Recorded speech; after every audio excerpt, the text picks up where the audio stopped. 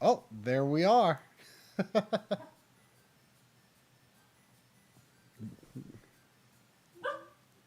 Yeah, it looks a little less awkward in terms of the height positioning on the other one. Hopefully Corey and Gabe's. Actually, I'm not at all confident we've even got audio on them. It is, but that's whatever right now. Hang on. I need to fix what audio device you're on.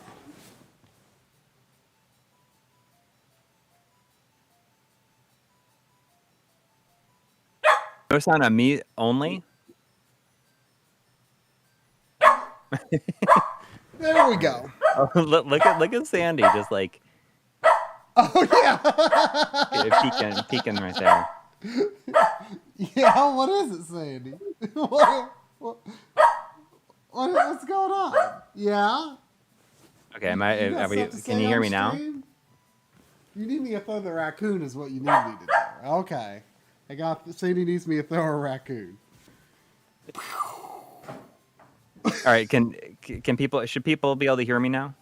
People should be able to hear you. I don't know what your guys' levels are like, because I was all focused on getting everything else working ahead of time. Yeah. You'd almost think that we do this every week. It's somehow in the course of the in between, like something gets changed, and I don't know how it happens. I got this mixer last year, and I was like, the reason I wanted to get this mixer is so I could set things and never have to change it. And you keep saying that. You keep saying, I know. You know what? I think I've got it perfect now, and hopefully I'm just never going to have to touch it again. You say that at least once a month. Yeah, but you know what? I've been feeling pretty good. Oh yeah. Oh yeah. People. Someone said I don't hear Gabe, but you just haven't said that much yet. Can you hear me? Hello. Yeah, I'm pretty sure people can hear you. If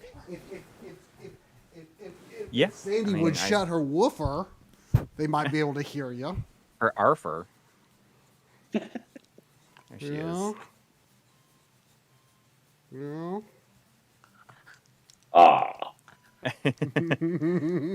All right. So Trad's going to be playing. Gabe, would you say that this is your first full game? Yeah. Well, I released the Life in the Analog Age game. That was a full game, but it wasn't that long. And then I did the Playdate game, and then this is my second game for Game Boy Color. Basically. Oh yeah, that's right. The Playdate thing. Yes, that's right. Yeah, I forgot about that. I don't have one. I'd totally forgotten about that. Yeah, so we've known you for a little background. Like, we kind of met you through your friend, fellow animator friend Tony Mora was like basically the first person to ever buy a GameCube HDMI mod, right? Like a viable GameCube HDMI mod. And he worked at Insomniac at the time. And Yep. And so he actually had his GameCube shipped to me from Video Game Perfection in the UK, so that I could include it in our old and like nothing in that episode is relevant anymore, the GameCube RGB episode. And and we got I don't remember exactly the details, but like we became aware of you through that.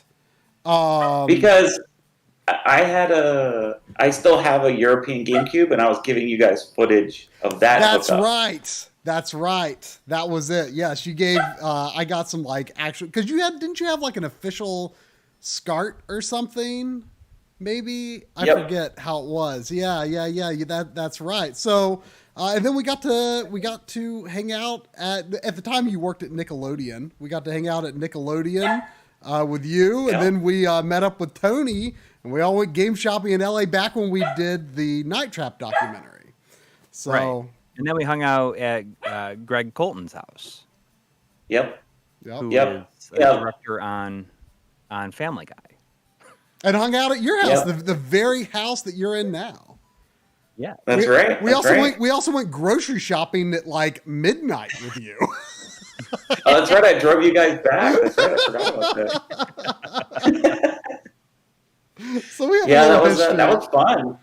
I can't wait for you guys to come back to visit. I have a whole new game room now. That's crazy. You should see it. You're gonna love it. Yeah, I know. I mean, you've shown us pictures of your game room, and you've got like basically like it sounds a little excessive when you put it this way, but you've got like a CRT basically for every system. But I think the reason for it is it's kind of party friendly, I guess. Like you could bring friends over and like everyone just has like their own CRT that they can play whatever they want on, basically, right? Yeah, it's like basically it's like I used to have a bunch of game nights every month, and we do it in my living room, and the living room was really tiny. So when we were redoing the garage, I told my wife, I was like, now it's my turn. So I grabbed the whole garage and so it's a big screen on one side of the room, and then there's 6 CRTs on the other side, and spectator monitors above the CRT, so people that are playing can look at what's going on behind them, which is cool. That's awesome. And I have, I'll host game nights, try to host game nights like once a month, try to, anyway. Yeah. So we'd have a special, My Life in Gaming game night, though, if you guys came, which would be awesome. Oh. So, you told us about Bub-O Escape a while back. Like, I played, your first little game that was kind of like that. I've drawn a blank on the name, but it was like that sort of a story-driven sort of little thing. What was the title of that one? Oh, the first one was Life in the Analog Age. That's right. Raining Day. Yep. And I did a bunch of comics and stuff years ago, YouTube cartoons, and then I based the game on that series. Right. That was fun. That was my very first game ever. And then you told us, kind of leading up to the Analog Pocket launch, you were working on another game, and you were hoping to actually release it on physical cartridges, and you were hoping to have a publisher ready to release around that time. It hasn't come out yet, but you're getting it published through Limited Run, and it went up for pre-order this weekend, right? Right. Yep. Yeah, it went up on Friday, so a couple days ago. So we're not going to play through the whole game here because Gabe says there's spoilers. So, but if it looks cool, it is available. Is the pre-order window 1 month? Yep. You can pre-order until October 9th, I think, is how long it goes for. So get your own real Bub-O Escape cartridge. Corey told me after you first told us about the game, he just was repetitively saying Bub-O out loud to himself all day afterward. Oh, yeah. It's a fun. It's just a fun thing. It's a fun thing to say. Fun thing to say. Bub-O. Because it's it's like saying it's like a little kid saying Bubble. Bub-O. Bub-O. Look at these Bub-Os. There's so many Bub-Os. I started calling my dog Bub-O for a while. Just I don't know. There's something about saying it that's really, really fun. Yeah, so here's the game. This kind of makes me think of the beginning of the Great Cave Offensive from Kirby Superstar. What? Oh. Hang on, I'm going to for the optimal Bub-O Escape experience, I'm going to turn on black frame insertion. There we go. On your TV. We're not gonna see it on stream. No. So let's see. Actually, I need to check because I'm using the GBA consolizer. Okay, I've got AB. I probably don't need AB swap on for this. So let's do that. So just to be clear, there's 2 Bub-O games. There's this one and the one on the Playdate. And the one on the Playdate I did after this one. And it's a totally different story. It's just Bub-O and he has a girlfriend in that one. This one is he's in an adventure and he has to make his way out of this hole that he fell into. So I noticed that. Okay. So I have a limited number. This is the first time I've had it on. So I have a limited number of shots, and at least as of right now, they're kind of automatically firing. Yep. Right. I mean, I feel like when I played it on the Pocket, it was automatically firing. Yep. That's the deal. You have it's kind of like a puzzle racer or something. Right. So there's like a because I saw like the score count at the end, so there's kind of like a, you know, can you get the best time? I see it gives you a star. Yeah, Bub-O is a swinging single in this game. Ms. Bub-O hasn't come into his life yet. Is he kind of like I feel like both the name and design are like kind of inspired by like Mario, like you know, like Ba-Bomb and like Bullet Bills. Exactly. Like yeah, that. he's like Anthropomorphic explosives. yeah, he's almost like the Bullet Bill cannons or something. You know. Right. This hub world kind of makes me think of like, I mean, if you're thinking in terms of like other like sort of puzzly games, like this is really recent, but there's a game on the Switch called What the Golf, and you like do these like all these like super stupid like golf scenarios that like have nothing to do with golf. Well, it starts out like it's trying to be golf, and then suddenly it starts out with like hitting a golf ball, and then it's like then you're hitting a golf club, and then you're hitting a person, and then it like slowly gets more and more absurd. Right, but then that's cool. That sounds great. But like it's a sort of a similar thing where like you go in and out of these little scenarios, like from like this hub world, that navigating the hub world is like also kind of part of the design of the game. I mean, I mean that's certainly nothing uncommon, but for some reason it kind of springs to mind. I like the character based puzzler is I feel like kind of an underdog genre that I've always had a big soft spot for. Like I've always loved like the Adventures of Lolo, ever since that was like one of the few NES games that I like actually rented. Yeah, I was playing a game on the SG-1000 called Guzzler. Do you guys ever play that?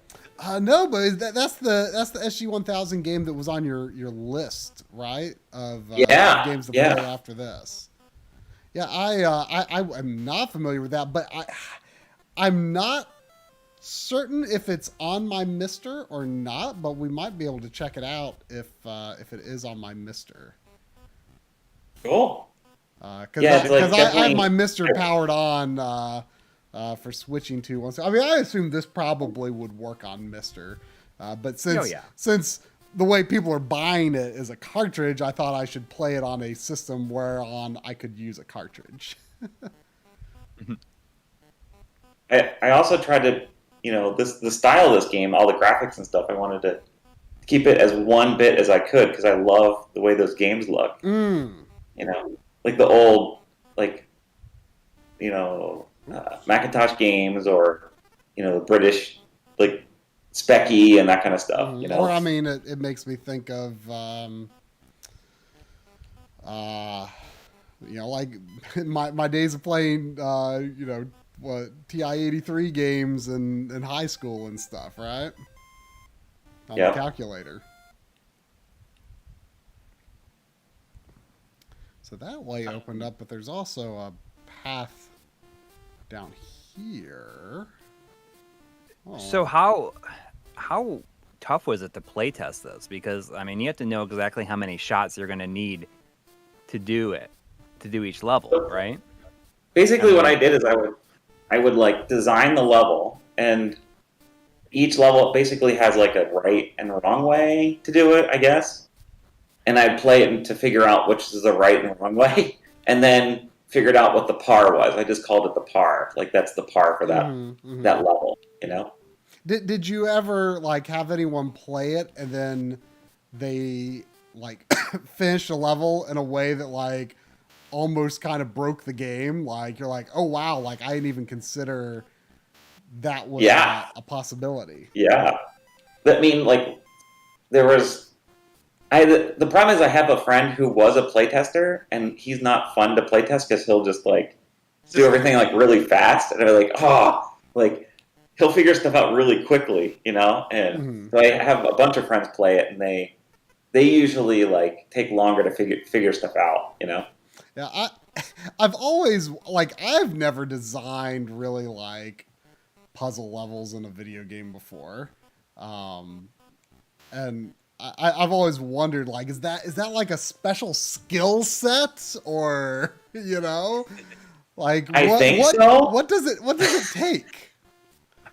Well, what I did is I just doodled like on graph paper like forever. Just figured out like, oh, it'd be cool if I had like warps. Oh, it'd be cool if I had like a key, or it'd be cool if I had like breakable blocks. And then like, what's the best way to show that, like, teach the player how to use that thing? And then then when you start combining them, that's when it gets like really cool, you know. Right. Like okay, what if I have like a breakable block and that, and then now there's two choices to make, which one's going to be faster, you know? Because the whole thing for this game is like, do you earn a star or just get a bubble? Right. Then it's cool to like play with that kind of stuff, you know. There was $5 from Phenonymous. Thank you. Saying, evening, fellas. Corey and Gabe next to each other look like a before and after ad for Propecia. Peace and have an excellent evening. I don't know what that is. I'm assuming it's hair growth. Yeah, it's hair growth. Here, let me. Yeah, yes. You can slide me to the left. Well, I can bump you. Here, let me get up here and adjust it a little. Yeah, well, you know. Not all of us can be it's so lucky as having. Hey, if anyone ever wants to play test stuff, like, I'm always looking for people to try and play test. Yeah, I mean that's something you probably have to regularly, like, I guess crowdsource in a way. I wish I had like more people in general like wanting to do that, because the problem is it's not fun after a while. So you're playing the same thing over and over and over again. I didn't wait. Have I done this level? Yeah, I think I did this level. I mean, so you're kind of committing to this. Like you're keep on making more Game Boy games. I want to, yeah. Like, I have another idea for a Bub-O game, and I just haven't had a chance to like get it started because I did the Playdate game. And I have a bunch of ideas for that too, so I'm trying to like figure out which one I should do. Go back and do more levels for the Playdate one, or just let that be and go to the Game Boy one. Because I don't have, you know, this isn't my day job. I do this as a after hours fun, you know, so I don't have that much time. That's why it took like a normal programmer would probably take them like I don't know, like a couple months to make this game, but it took me like 5 months. Yeah, I mean, I'm impressed it was that quick. Yeah, I mean, obsessive compulsive gamer just said that they just bought this on Playdate. So I'll admit I passed it up, but after seeing it in action, it looks a lot better than I thought. Yeah, I'm sure Playdate has such a. I mean, I haven't seen one in person, but it has such like a unique. Like I understand that the quality of the screen is like really nice. Yeah, right. So this is the Game Boy game that's different than the Playdate game. but it features the same character. Yeah, exactly. Yeah, that one you shoot bubbles and you bounce them around and collect flowers for your girlfriend. And this one is like you're trying to like survive. He can't stop barfing bubbles. Exactly. He needs to. Ran out get of time to his on that one. Place where he can, I guess, keep bubbles in peace. And to be clear, for people who were considering getting this, I mean, I imagine most people with the capability to play Game Boy games also have the capability to play Game Boy Color games. But this is a Game Boy Color cartridge. Even though it is black and white, it is a Game Boy Color game. Yep. I had to I'm actually make it Game Boy Color because there was like a bunch of like palette palette shifting tricks that I do later in the game, and it was the only way I could get it to, work with that. So at some point, I tricked or I don't know if I really tricked, but I think I remember at some point getting the consolizer to like make a palette, like lay a palette over a Game Boy Color. How are you playing this? It's on the GBA consolizer. Oh, cool. I've got a 8-bit DOE 2.4G Super Nintendo controller, or Super Famicom with the Super Famicom buttons on it, and I just leave that receiver plugged into the GBA consolizer, and the GBA consolizer outputs 720p, which with this like black and white color scheme actually looks like it may as well be like native 4K, like just because of how clean and without any this is black and white. There's no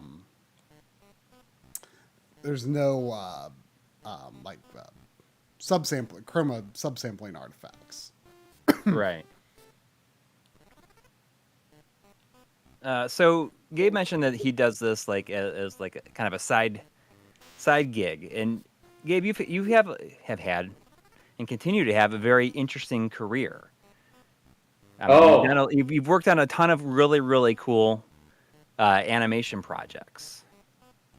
You want to give us like a little background? Because there's like so much cool stuff that, you're probably so used to explaining it or just like going through a lot of the heavy hitters.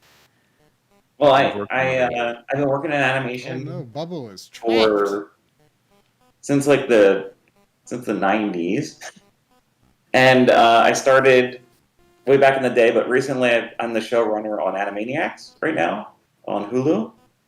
And then before that, I was at Nickelodeon for forever, done the Kung Fu Panda cartoon there, and Wait, the what? The Penguins cartoon and El Tigre. So a bunch of cartoons like for a long time. So. If I'm remembering correctly, didn't you? And in fact, this might have been. Was this something you worked on with Tony? Didn't you do a Nintendo Shortcuts for that contest like way back in like 2006 or whatever that was?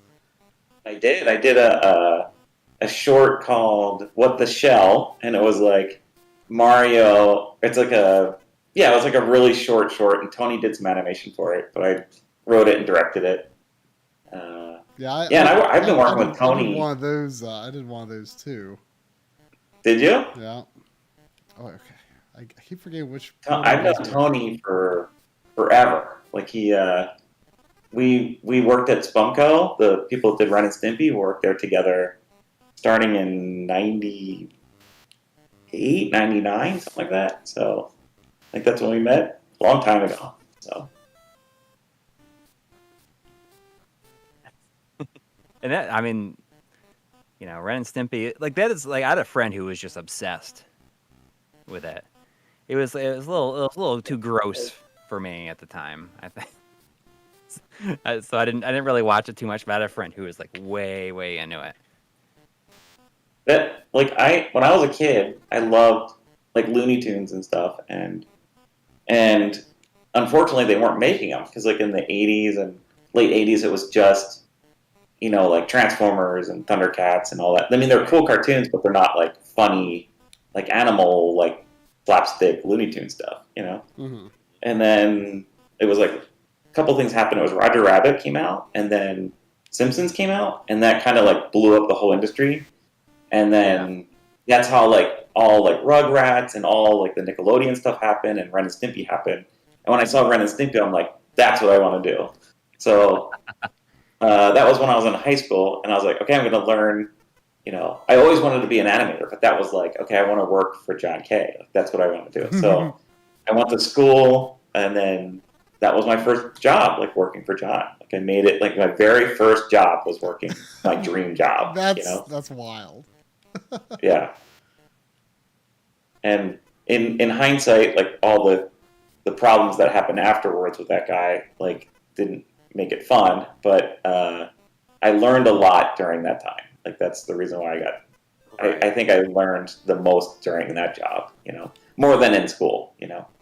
Oh yeah. I mean, that's usually how it is anyway. It's like school is just to help you get your foot in the door a lot of times, and you don't really learn until you're like actually like forced to do like you're, like sink or swim.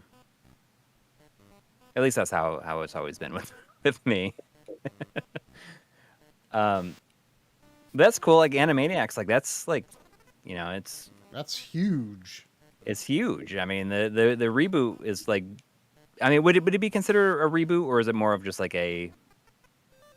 It's intended to be like it's a continuation, as if like, as if it had just been continued to be on the air for all these years. That's cool. Yeah, we tried to like take the best of the stuff that we thought worked the best and did more of that, and kind of like less of the stuff that didn't age as well, or like we kind of just try to do the same show but make it more current. I remember telling you that that like, wow, like I can't believe like you can still do this like kind of animation these days, like it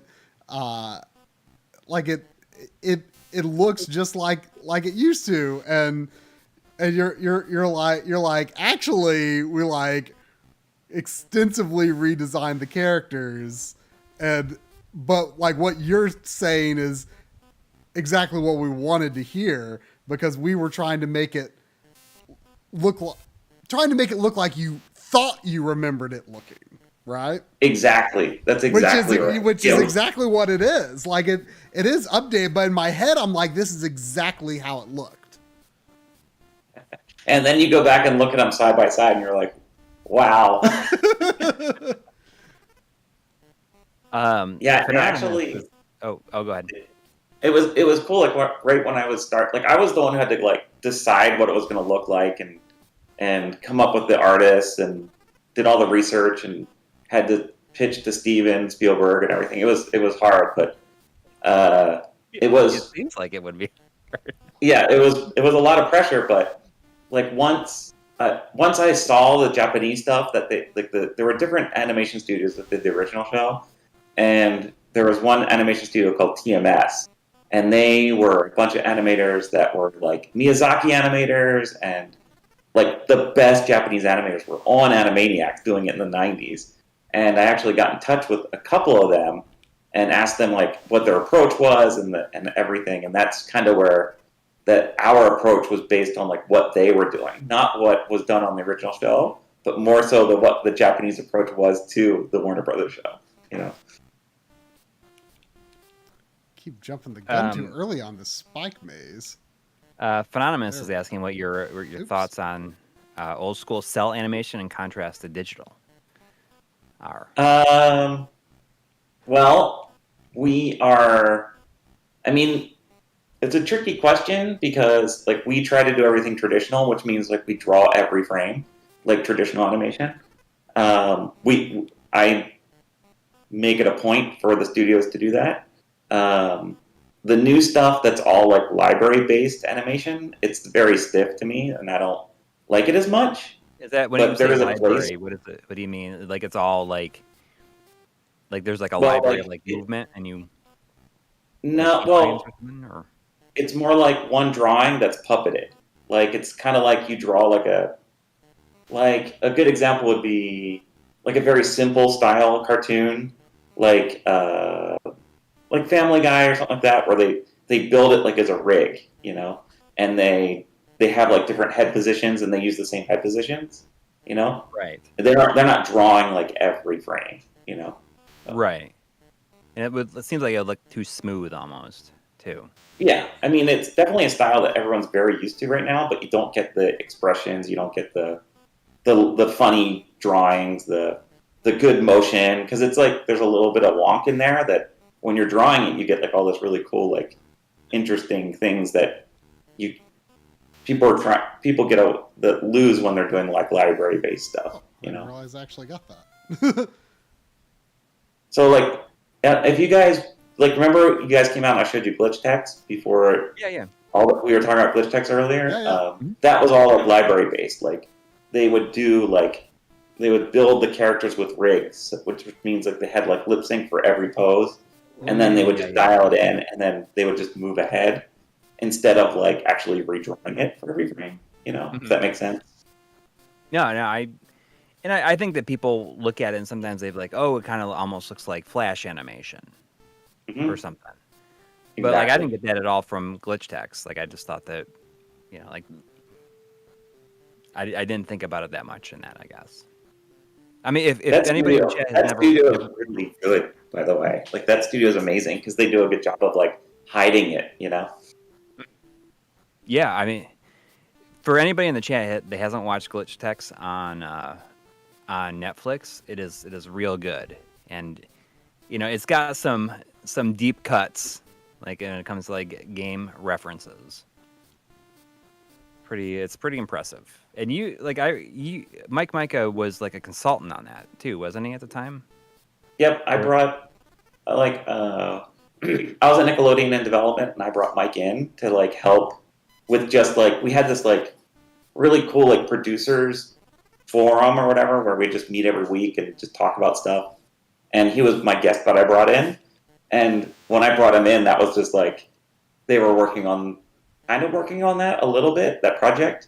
And then when he was brought in, it was just like exploded because I was like, "Hey, Mike, tell him about this. Hey, Mike, tell him about this." Like, because I've been friends with Mike for so long, and it was like, right. "Hey, tell him." Like, what we should do is like, so in the room, it was Mike and I like almost like geeking out. We'd be like, "Hey, we should set that. We should set it like it should be like Wozniak, you know, and Jobs. Like that should be the relationship of these two." And it was like tried to base it on like actual like video game like history and stuff. Like, that's what made that show so much fun to consult on, you know? Yeah. Sean Quinn is asking, like, what would you call the Dr. Katz style? That's like really, really early.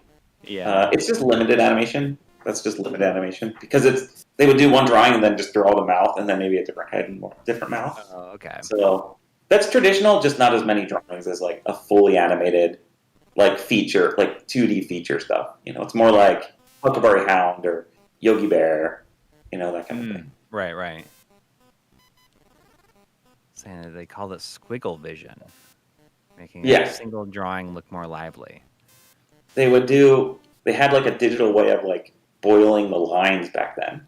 Oh yeah, so that's why it looked like everything's drawn, but it's not. It's just being traced back digitally. You know. Oh, that's what it's called. Like when it's like moving like that, it's called boiling the lines because that's what someone else said. Yeah, or line boil. Yep, and when you do what you call a trace back, it's like not really a new drawing. You're just tracing the same drawing, and that way the line moves a little bit, so it looks like it's a new drawing. Right. So they would do that even in like Looney Tunes and stuff back in the day, just to like. So it's not just like Bugs Bunny and then his feet aren't moving. They would just trace the same foot drawing, you know. Yeah. That's cool. I mean, that's not something like I've always like known it was there, but I never knew that there was like an actual name for it. I saw some people were talking about the new Beavis and Butthead, which I have not watched yet. I haven't seen the new movie either. I'm like dying to see the new movie and the new series because, you know, I was like the age to watch Beavis and Butthead when it was brand new, and still one of my favorites. And when they did that follow up like in 2008 or something like that, it was so good. And I'm sure this new one is excellent too. Well, Mike Judge, like I met him a couple times, and he's like the nicest guy ever, and he's just gotten better at what he does. You know, what I mean, he did like all those movies since he did Beavis and Butthead. He did Silicon Valley. He's done so much live action stuff that he gets like really good writers, and the movie was really good. I liked the movie. I thought it's funny. Oh, the new one? Yeah. Yeah, okay, I watched it. Hopefully it comes down to something else other than Paramount Plus, because I feel overwhelmed with the amount of streaming services in general. I mean, I did Paramount Plus. I forget what it was, but I mean, there was something on it I wanted to watch. I mean, you know, it is possible to just subscribe for 1 month for one thing, you know. Right. Yeah, but I get afraid of. It's also possible to have a bunch of family members just subscribe to one service and then share all the services with your family. Yes. I mean, The problem is that nobody. I don't know anybody that would want to do that. what I do is like what you do is I will let sign you up. use You know, a mine. lot of these services are something like $7 for 1 month or something. And I will like Yeah. literally like sign up or do the free trial, and I like immediately unsubscribe, like before I even watch anything. And then but you still have access to it, of course. Yeah. Until, Well, then there's other times where your time's up. you just use mine. I let you use mine. Well, yeah, I do have yours for a few things, but I mean, for things that you don't have, there's, like there were a few services that had like movies streaming, that were still in theater and stuff like that, that I wanted to do that you didn't have. Well, Paramount Hey, Plus. try is it. like, Yeah. If you want a hint, are you stuck on this level? Not especially. I keep flubbing the timing on getting this last guy. Yeah. Distance is your friend in this one. Yeah, I mean, I guess I could see wanting to do a shot down the long path, but the timing on the long path is a little tougher.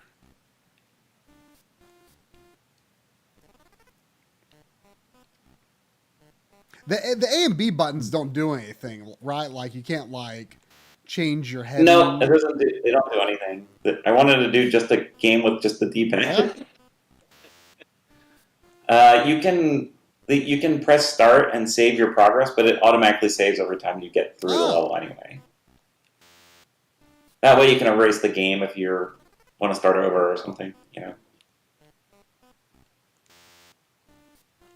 This whole game was like an exercise in minimalism. Like I don't have any HUD. I don't have any instructions. Kind of a HUD. Yeah, at the bottom. Yeah.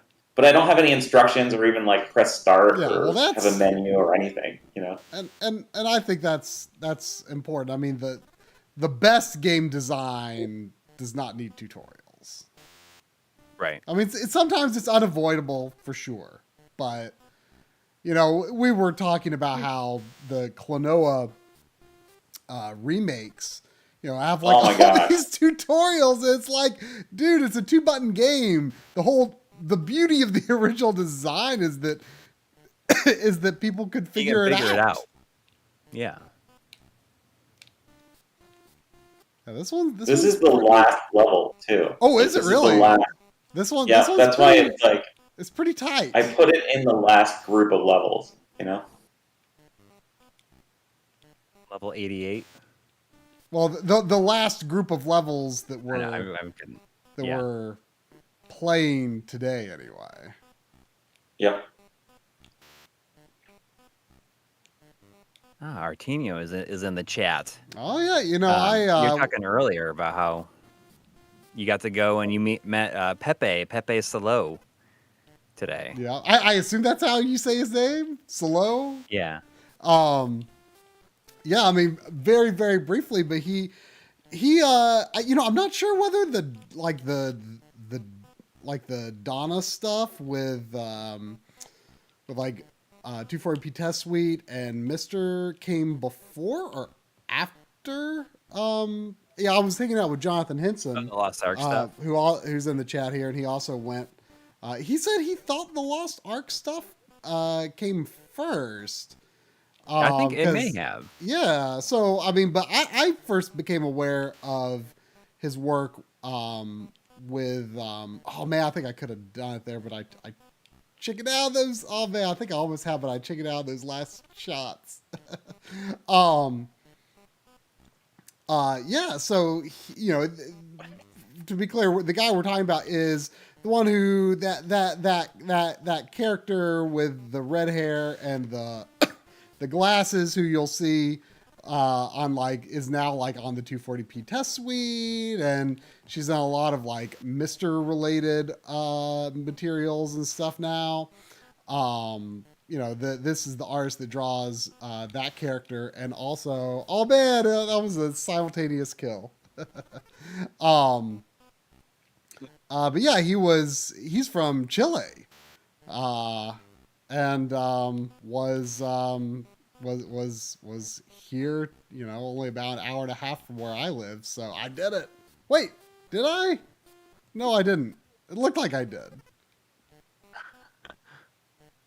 But yeah, so I went there and I got a 240p test suite cartridge from Artemio with his artwork on it when we were at Retro World. Uh-oh. Bug report. Uh-oh. Uh-oh. What happened? The explosion animation didn't finish. Whoa. That's the first time that ever happened. I did so bad at this level that something that you've never seen before. Yeah, refund.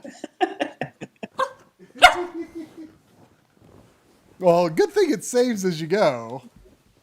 Yeah. At least, hopefully that's what happened on my EverDrive here. Yeah, try broke it. I can't believe it. There we go. It's broke. Are you happy now? I am determined to do this. This is a tough level. I'll give you a hint. You can do that first half a lot faster than what you're doing. Really? Yep. It feels like I'm doing it about as fast as you could. Distance is your friend, Trey. There was $2 from Jonathan. Oh, I see. And that probably makes the timing for everything down here a lot better. There's $2 from Jonathan Hinson saying, had a blast hanging out with Try today at the Lost Ark event. Was fun being his hype man. Is that true? Was he being your hype man? I don't know. You going around like, come on. Was there a lot of people there? Yeah, it was actually pretty very well attended event. Like it was in like a brewery that like had like a bunch of like event space and like a huge parking lot for events and stuff. It was pretty interesting. And then we went to the store, ran to a group of people that we'd met at the limited run store opening. Met someone from South Carolina who recognized me too, and Here it is. Okay, so that we're nearing where you said we need to stop. Is this there? Or you want me to inch a little further forward? You are escaping. Oh. Hence the escape in Bub-O Escape. So you want me to go into this door here? You can go on the door, and yeah, I think we should. Oh. Don't want to do too many spoilers here. So, what happens is you get cursed by a dragon, and it turns you into a dragon, and you spend the rest of the game trying to turn back into human. But along the way, you turn into like a hawk and a lizard. Yeah, the mouse. The spoiler is that this is Bub-O Escape 2 and 3 together in one game. Yeah. There's a whole time travel aspect where you go back in time and you're actually like, trying to help. Bub-O that is the map of the game. You're right. Oh. Very mysterious. Okay. All right, so that is there is more to go, but this is as far as the director is allowing us to go today. That's a fun little romp. But, I'm glad you like it. Yeah. I like I said, I love games like this, and I was glad that you gave me a list of things to play afterwards because a lot of them were ones that I'm not familiar with, but it's a genre I've always had a a big soft spot for. Let me switch over to my Mister now. Since all the games are for 2-button systems, the ones that you recommended, I'm using my TurboGrafx style wireless controller because it has enough buttons. So this right here, let me reset this. This is Moai-kun, which I only learned about this like a few months ago, and it's a Konami game, and that alone was enough to make me interested. It's semi-late, like 1990. It looks a little older than it actually is, I guess. But these like sort of very simple sort of character-based puzzlers. It's a like I said, I feel like it's kind of an underdog genre, like I was saying. You know what I mean? Like it seems like there were so many. I think that they just kind of stopped making them. You know what I mean? Because it was like all Pac-Man, like single screen puzzlers, like all like Bubble Bobble and all that stuff, and then just kind of like I think it was like saturated. Yeah. I mean, I've never really liked Bubble Bobble that much in particular, but like it's more just like get all the enemies and clear the screen. Like games like where I'm talking about is like you actually like have to like sort of solve a little bit of a puzzle and then move on. Yeah. Have you ever played? Unfortunately, you can't buy it anymore. Although you could probably buy the PSP version, but I don't like it nearly as much. There's a DSiWare game from Way Forward that you probably know Mighty Switch Force, but before that they did Mighty Milky Way, and the first one in the series actually was called Mighty Flip Champs, and that was a DSiWare game. Although there was a PSP version. There is a PSP version, but I don't like it as much because it's very much it feels like a long lost like Game Boy game. It's this like single screen puzzler, except you are like flipping through these different dimensions and you see like the next some are just 2 dimensions, but some levels are also like multiple dimensions. You see the next dimension on the bottom screen, and but it's upside down and they flip. And like I feel like that is like one of the best download only games that I've ever played. I agree. I really like that game. So you play? Yeah, the PSP version displays the screen side by side, which I feel like doesn't work as well, but maybe if you played it long enough. But yeah, I love that game, and like so I feel like that's kind of a bit unknown compared to I might need to do I need to turn the music up? The cool thing about this game too, this is the Moa from all the Life Force games. Yeah. So it's a tie-in with that too, huh? Is that how you say it? Yeah. I've always said Moai.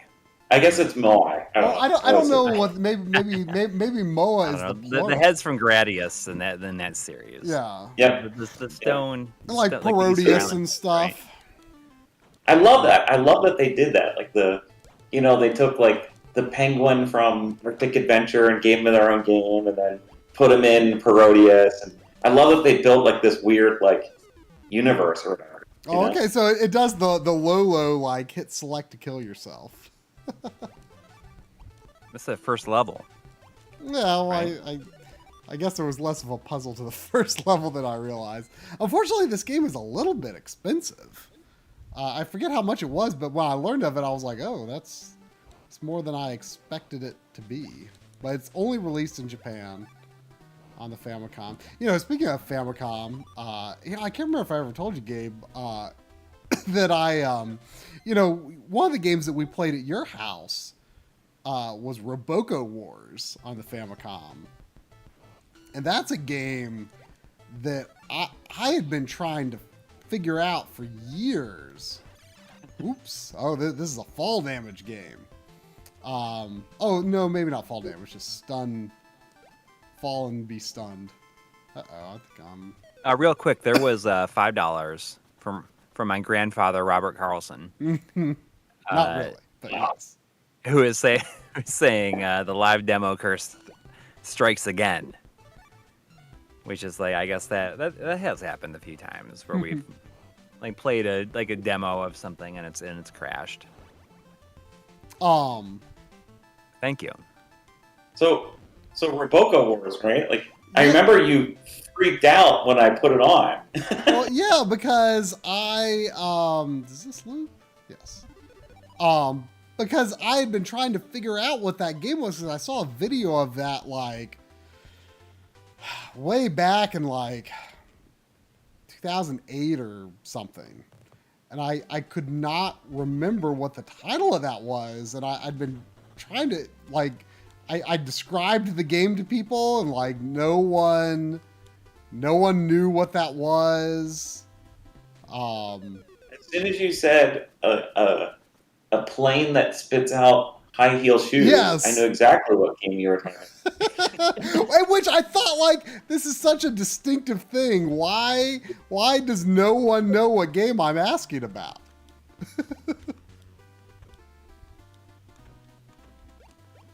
Yeah, I'd never heard of it. This game gets so hard. I can't even tell you. I beat this game, and I had to like take screenshots and like figure out before I did it, like at the end. Oh, that's kind of fun. Draw on top of it to figure out, okay, if I drop this, you know. I mean, I feel like the way that smartphones have had the most positive impact on my life and possibly society in general has been the ability to enhance NES gameplay by letting you like take pictures of passwords and things like that. Yeah. Do you organize yours? Do you keep all your like do you have like all your passwords for one game stored somewhere? No, but I mean, you know, the past several years, I mean, they're automatically uploaded to, you know, my Google Drive, right? From when I take the photos on my camera, so.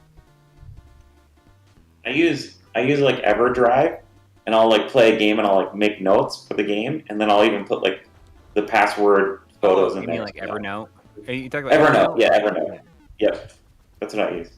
That's cool. I mean, like, I think it's fun. Like, you know, I put a little notebook and stuff, a little notebook and a pen over like by my chair, and sometimes I'll write stuff down. You know, I started like kind of doing it a little bit more, like over here, just like kind of with like a brain dump notebook. But although that's like more stuff than just like game stuff. But I was like you guys though, where I'd always play games all the time, and then when I sat down to learn how to make a game, it was like a totally different experience because now I can like study. You know what I mean? Now I can like, and you start to gain insight on like, oh, like now I know why like Mario goes down into a pipe because it's easier than him going left to right. You know what I mean? Like there's all these like, it's so cool to like experience that, you know? Just thinking about it in a way that I guess like he just had, man, he headbutted that thing and just like will fly forever if you let it. Yeah, I forgot that you can. I already forgot that you can just push them and you don't have to headbutt them. Okay, so I seem to have gained a level gained a life by beating a level. Oh, actually, you have to beat a certain set of levels before it gives you like a continue point. Well, there is a password system, yeah, so it's got to, I guess. I see it. On a side note, I see that Madonna Sheehy in the chat saying, I kept a full Yakuza 7 diary. I just want to say that I finished Yakuza Kiwami, and like I immediately started Kiwami 2 like the next day. You were going hard all in on I am I'm fully on board at this point, and there ain't no stopping This train this you train on? that I'm on at this point. It is like it's so good, and the thing is Kiwami 2 is like this enormous jump in quality. Like I cannot believe, going for because Kiwami 1 uses the same engine as 0, and Kiwami 2 uses I guess the same engine that was used in 6. It's like the Dragon engine, and it's just like the quality of it is just like has this enormous jump. Like basically you can like walk in and out of like stores and stuff like that without it having to load. And when you try, as you know, Gabe, have you ever played a Yakuza game? No, I never have. I mean, I've only played 0. Okay, but in 0, I'm pretty sure that it had to like load when you go inside of a building. Yes. And this is just like when you get into like a brawl with somebody out on the street, it is like I could not believe it the first time. Like I threw one of them into like one of the convenience stores and like they knocked all the stuff off the shelves. That's insane. And then I took one of the guys and threw him. I did like my heat action, and you like throw him across the counter and his head goes into the microwave.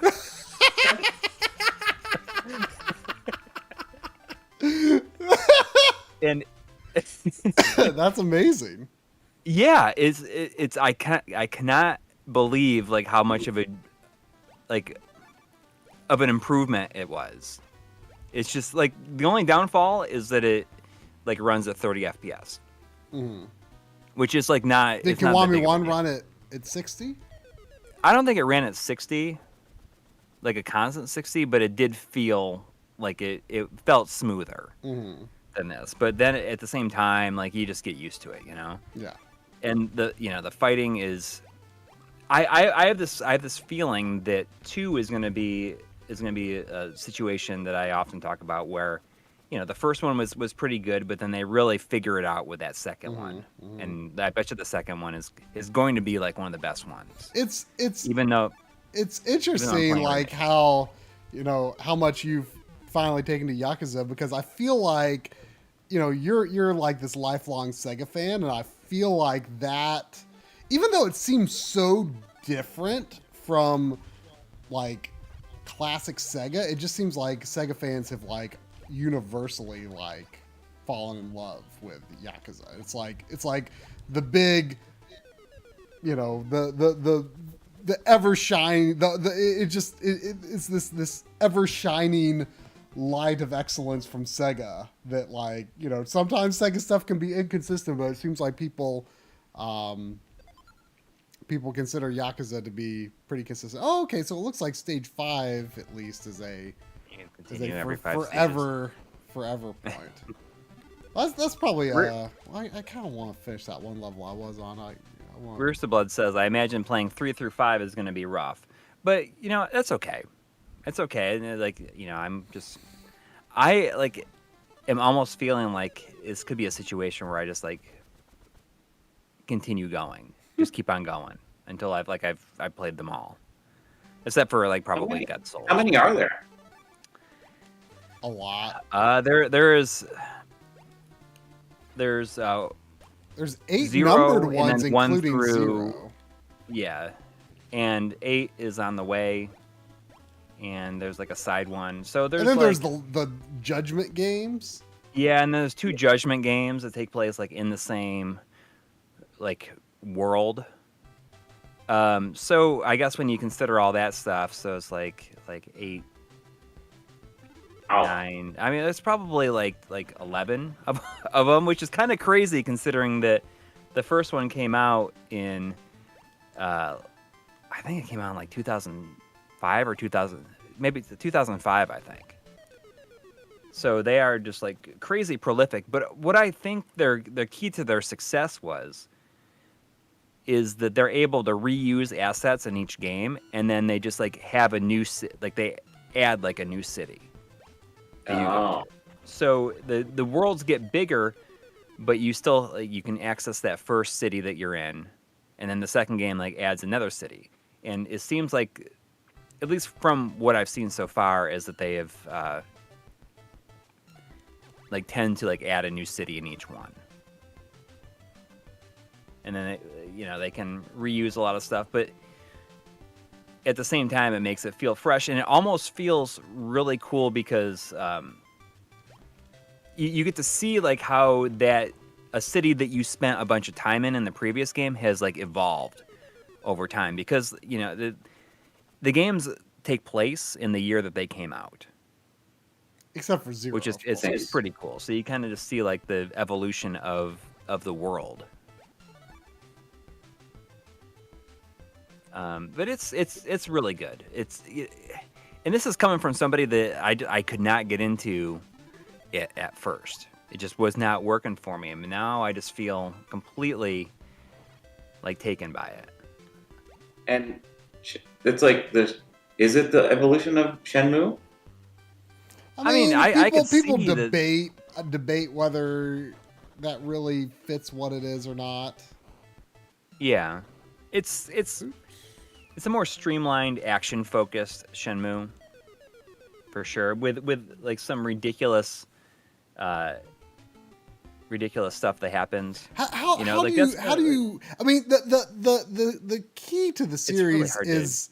I mean, I've only played Zero, but the key to the series is that the main story is this like super serious, very dramatic sort of thing. And it's actually really good. Like, it's just really well told and, really grabs you. But then, like, all, like, the stuff that happens in, like, the periphery of the main story is, like, so absurd, goofy and stupid and absurd. And the juxtaposition of those tones is really interesting. That's kind of what makes it. It's almost like corny or something, Yeah, I mean, you would think that it would not work, but it really works in a way that you would never expect. It's completely, as Kaylee Gamer says, it's an evolution more silly, but it can be like it will become ultra violent then out of nowhere. But like ultra violent and like kind of uncomfortable in a way that like say like a Scorsese like gang, like mafia movie would be, or something. I don't know if I have SG-1000 games on here, unless they're in. You can play it in the. Wait! Here we go. I just wasn't sure if I had games on here. What was the game called? It was called Guzzler. There it is. It's a port of an arcade game, actually, but I don't think they haven't. There's no port for the arcade game.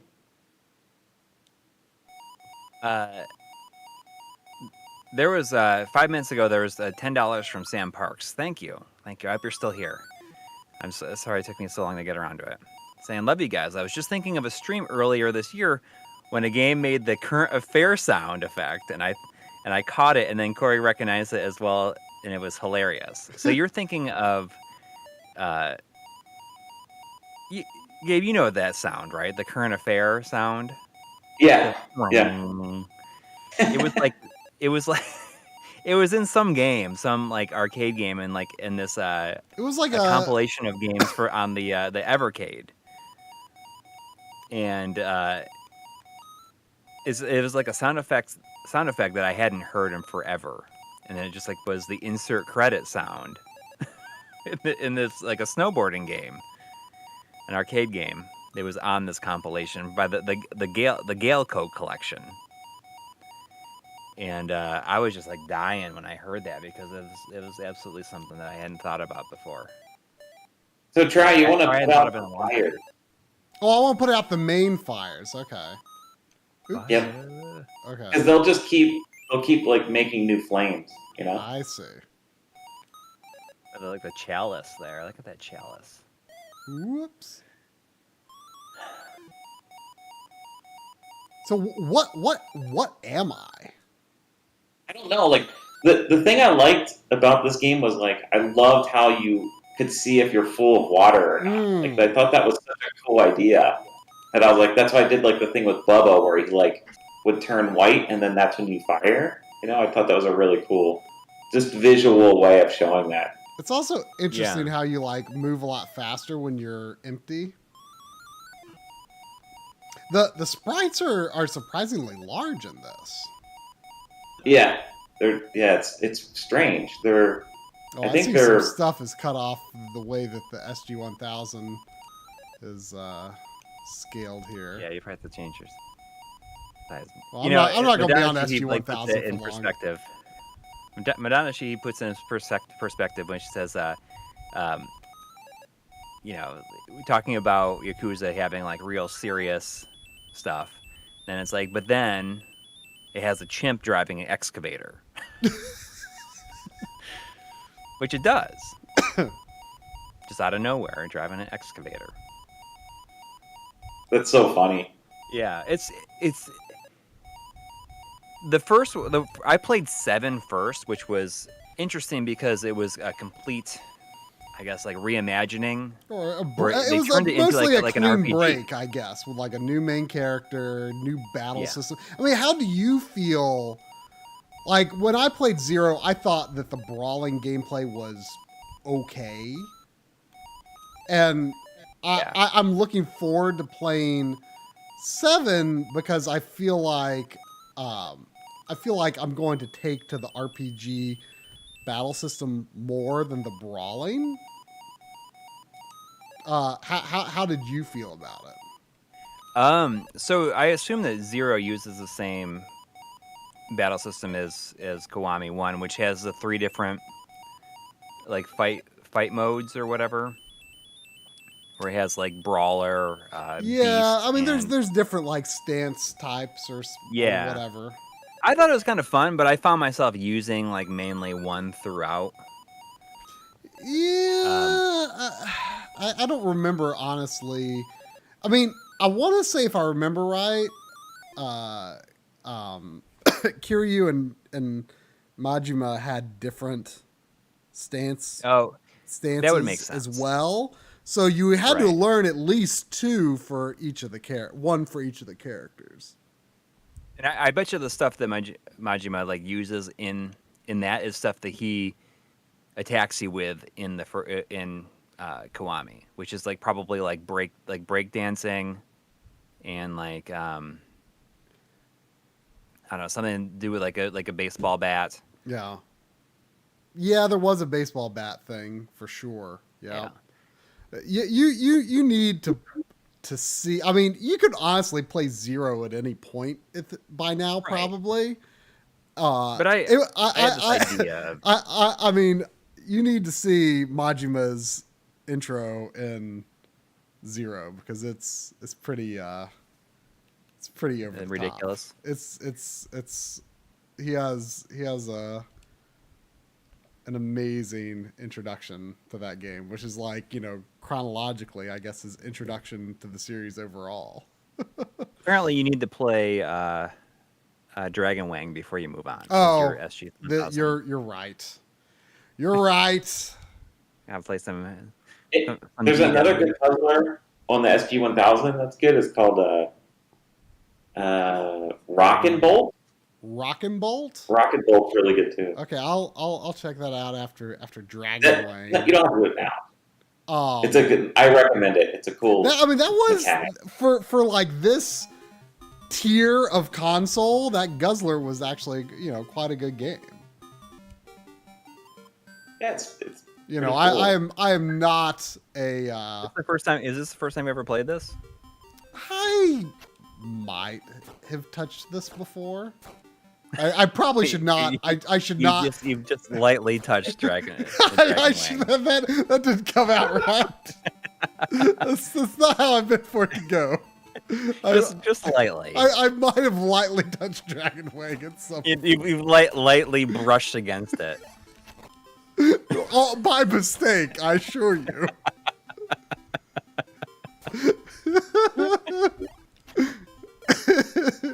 So you can jump up there. Oh, you can jump that high? It's got a little janky shinobi up and down. Yeah. I feel like this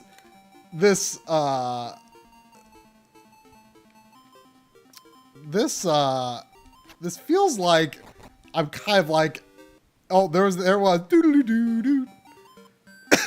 It feels like I'm in like the belly of a dragon or something. Like these, like I feel like these look like stomach lining walls or something. That's one of my favorite things that you do in videos, though. Is just you always have to have a little doo-doo-doo-doo. Oh, every time. Just to drive home that I'm not good at the game. I mean, who is? I mean, I wonder what the speedrun world record is in Dragon. As far as I know, there's no ending either. It just eventually once you get to a certain point, it just repeats the last level over and over again. Really? Yeah. Really? Am I going there was slower than I was before? Maybe. There's $5 from Josh Lemley. Thank you. Saying, appreciate your videos. Your Mr. Video is incredibly helpful and helped me pull the trigger. And also, Dragon Wang. Well, I mean,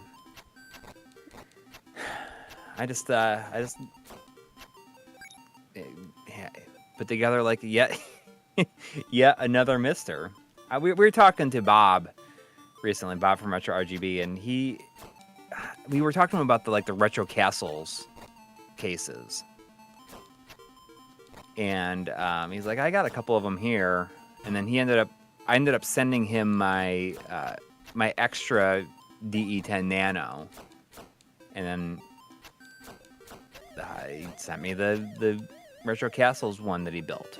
So, and what's cool about it is it has a different analog I/O than my other ones, and it can do it uses a Saturn style out, and you can do straight up S video and composite from it. Yeah. Is that the other board that attaches to the D? Yeah, the one that goes on the top there that has for a CRT, or it can have the. So is your Mister just a DE10? Who is? Gabe. No, I have a really, really early. It was the Mr. Add-ons one. Oh, okay. That's the one I got. Yeah. The one with you get the metal case, or you have the PCB case or whatever. They're the acrylic case. I have a really old 3D printed one. Oh, cool.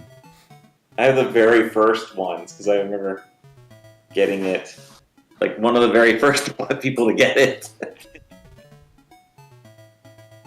This That's cool. You use it a ton, though, right? The what? You use it quite a bit. I use it, for reference. I play.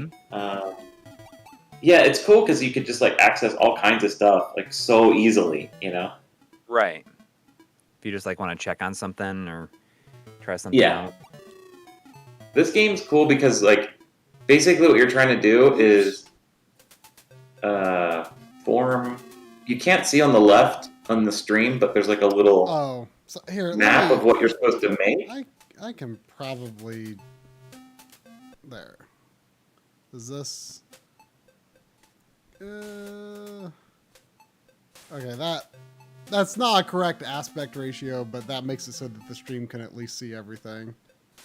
I should also. Yeah, basically you just want to bolt down everything. Yeah.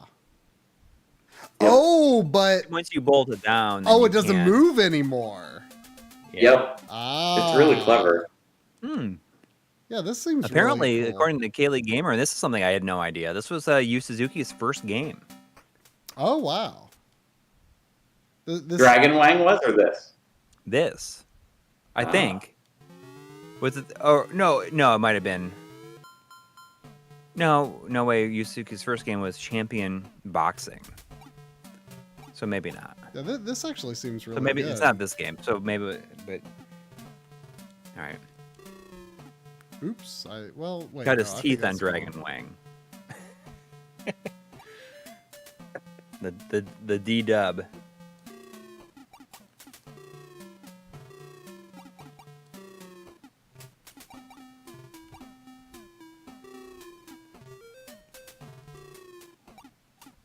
I mean, this seems quite good. it seems really tough. No, I mean, level 1's not that tough. Oh, you have to have a clear path back to the elevator. I got lucky Yep. there. There's it's like got, another the mode. way that things move is like it really kind of gives it this almost 3D sort of feeling about it. It's like a cool stylized like isometric view or something. Yeah. This like level platforming Zaxxon. This level looks so you see that very little similar map to on the the bottom? previous one, though. In Oh, yeah, the bottom yeah, right map. what you're trying to make. You have to make that map. Oh, did I do it correct by accident on the last one? I think there's like different modes or different levels you have to make a map and ones you don't. I haven't played this for a while, but it's just a cool, clever game. Yeah. You know? Yeah, I like this. Oh, there was $5 from EB Chill 2. Sorry about that. Saying, Corey, don't forget about. I always. I say it. Have the hardest time saying is a Diu Gagotoku. You know, like somebody said, you know, like Ryu, you got to pronounce it Diu. Diu is like how you're supposed to say it. Wait, how can I? Ishin. I don't see how it's possible to make this pattern. I assume that's like the Dead Souls one, like the zombie one. I'm gonna nail this one down here. Nail it. If I do it in the wrong place, it's pink. Can you unnail it once you nail it? Oh, good question. Oh, I can. You're right. Oh,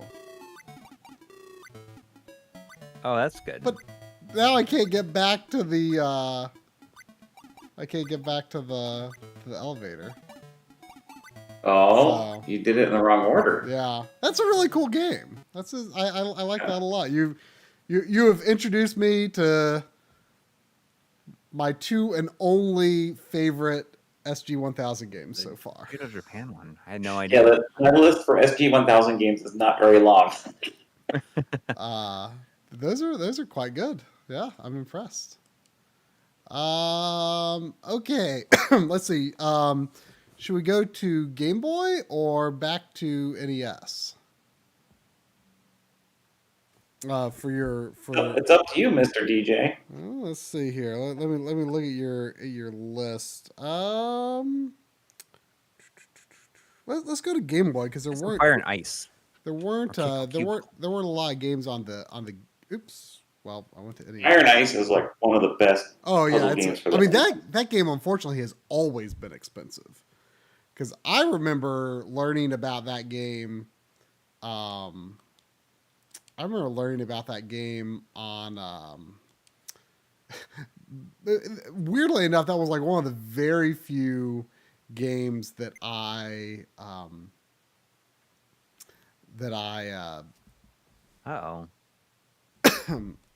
One of the very few games that I.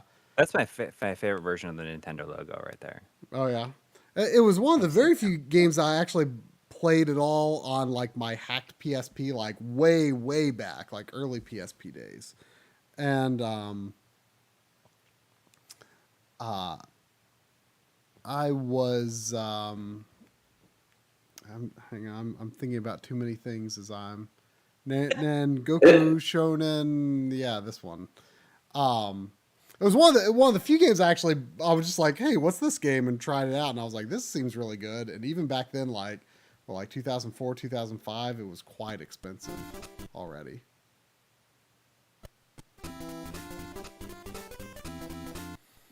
I keep losing sync on Game Boy here. You can probably adjust it so that it's Yeah, do I need to do this? It's unusual though. Stabilize video buffer. There we go. Because I've not loaded up Game Boy on this. Actually, I've not loaded up very much on this Mister at all. Just like that. There we go. That's good. Yeah, it's weird. Like when I set out to make a game, I didn't really. I wanted to do like a kind of like a arcadey action game, but when I was building it in GB Studio, it's basically like an RPG maker. Mm-hmm. And I was like, well, what's a cool game to make it like an action game but an RPG? You know, besides Zelda, of course. Yeah. And I was like, just thinking about that Guzzler game for some reason. I was like, that's such a cool idea, you know? And then what if you started putting like Lolo stuff in there or Kiko Cubicle, like that kind of into that? And that's how I kind of came up with Bub-O, you know? Right. Just kind of put it all together. And then stripped it away and then put more back in and then kind of just played around with it until it was like interesting, you know? Yeah. To me, at least. And I'm sure you already have like ideas for the next one. I think you mentioned that you had ideas for another one. Yeah, I love the idea of like kind of putting them in different genres, kind of like Kirby, because I love how Kirby. Okay, so try this game. You can punch. Once you punch on one side, it destroys that whole row, right? But if it hits, like say that round object, it'll split. So you want to punch the end of one, like you want to go down to the bottom right and punch to the left, basically. Charge up and punch. Sorry about that. Oh, you have to charge it. It can do a whole row. Yeah. Yep. Can I defeat R2-D2 there? You should be. I see. I don't. Oh, that's cool. So you want to get them. You have to kill all the blocks at one time, and that's how you beat the level. I see. So start like charge up and just punch to the bottom right, and you should be able to. I don't think you can defeat the enemies unless it's a boss level.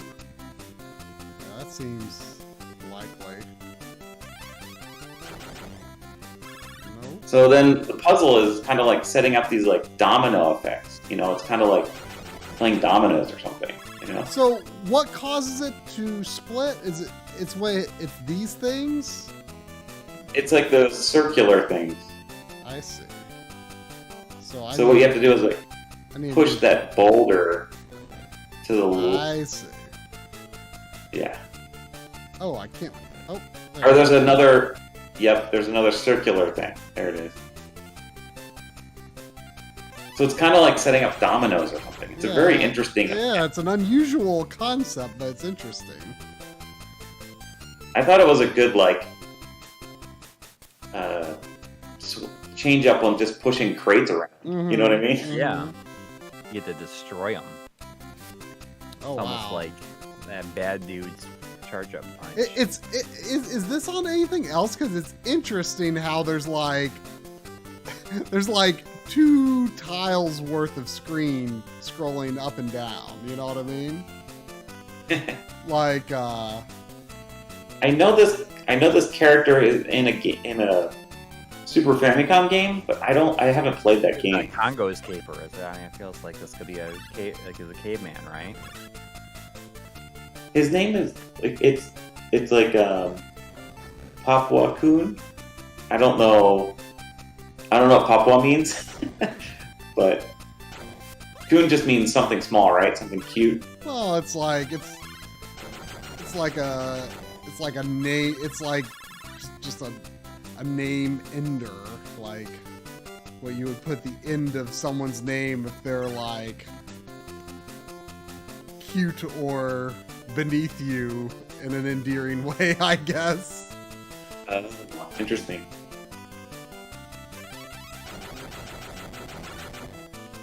This is a real puzzler. Yeah, even level 3, it's already like, okay, this is a lot. Didn't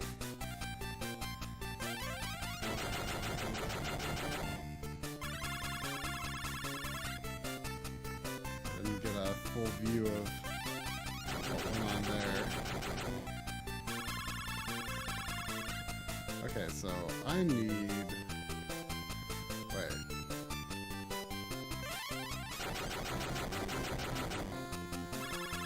Why does it not... You should be able to I like push. though how you can like break through like for the purpose of like gain access to the other blocks. Oh, and you can pull too. That's nice. So like if you can pull the I'm gonna run to the blocks, there's bathroom. I'll be right back. they're not gonna let you get stuck basically. Yeah. It's cool because you kind of like you can preview what you want to do the combo. Yeah. You know what I mean? Yeah. It's a really interesting game. The problem that I ran into was like you fight bosses and it's like just a straight action fight, and and it's really bizarre because you have to save power ups just for the boss levels. You know what I mean? Like it's very it's really weird to me. Like it just sort of that seems they would out of do that. sync with what the rest of the game is. Exactly. Yeah.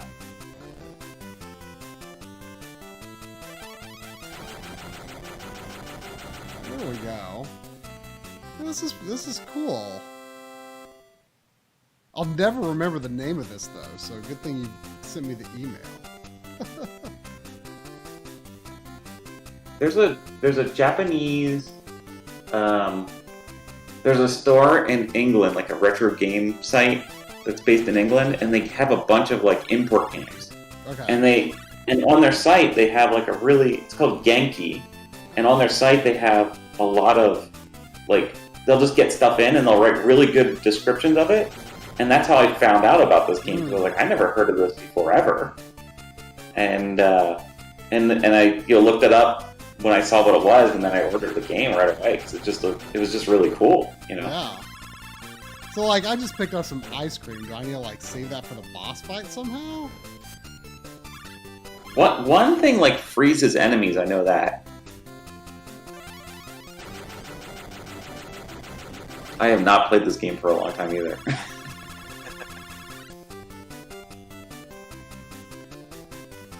So today was my dog's birthday. Oh, it's first birthday. Yeah, it was her first birthday. She got. What's your dog's name? What? What's your dog's name? Nellie. Nellie. Nellie, yeah, she's a little Shih Tzu. Aw. Apparently like the kids got her like this hat that was like it's like a sunflower hat. Let's see if I can find any photos here. Look at. I'm not gonna be able to see it very well, but I'll see if I can show this. Oh no, here's a boss fight.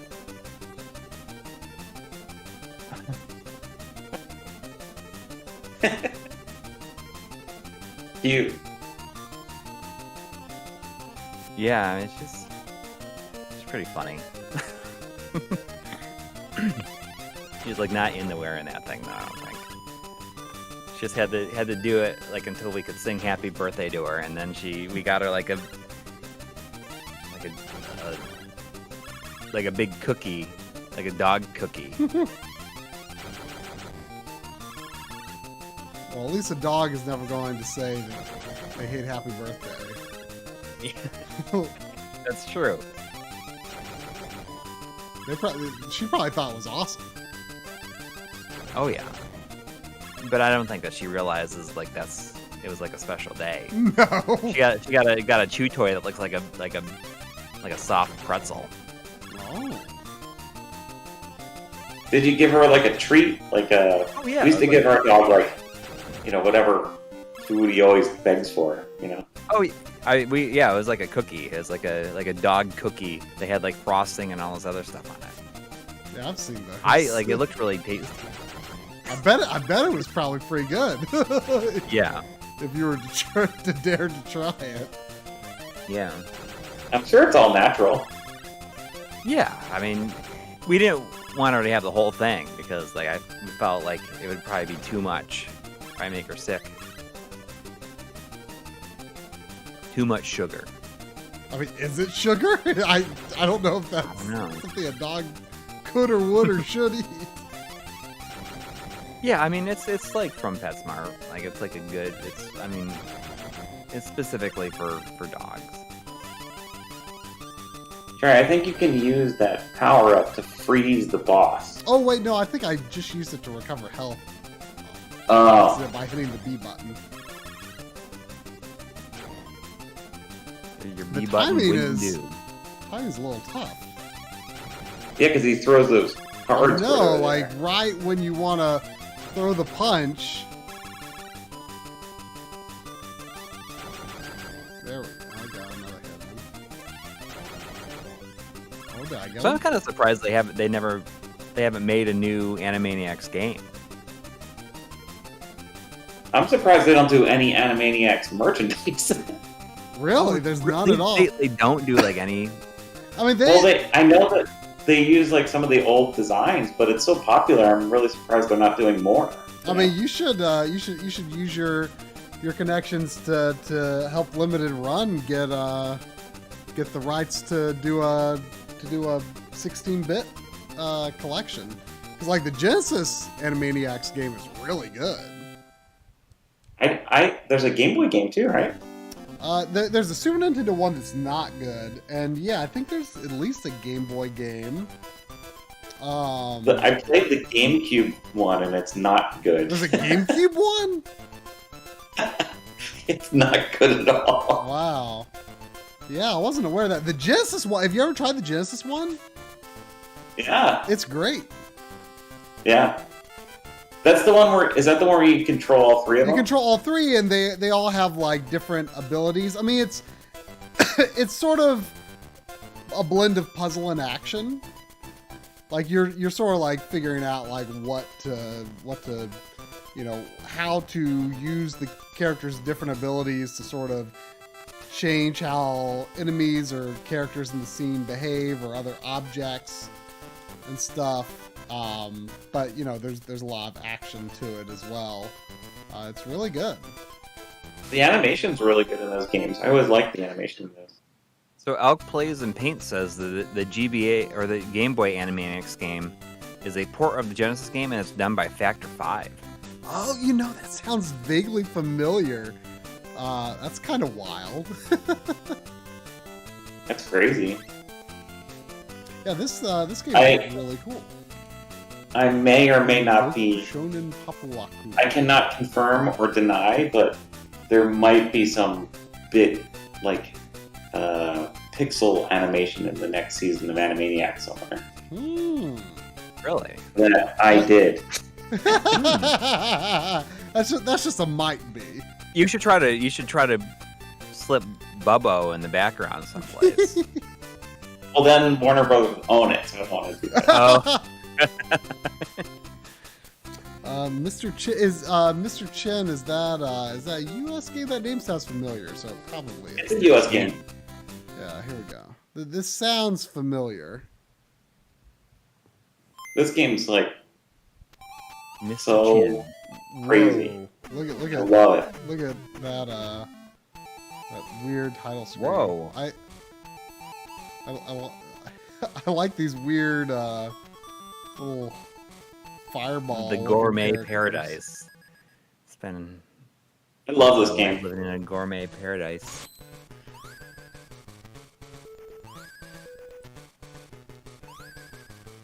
Look at them cheeks.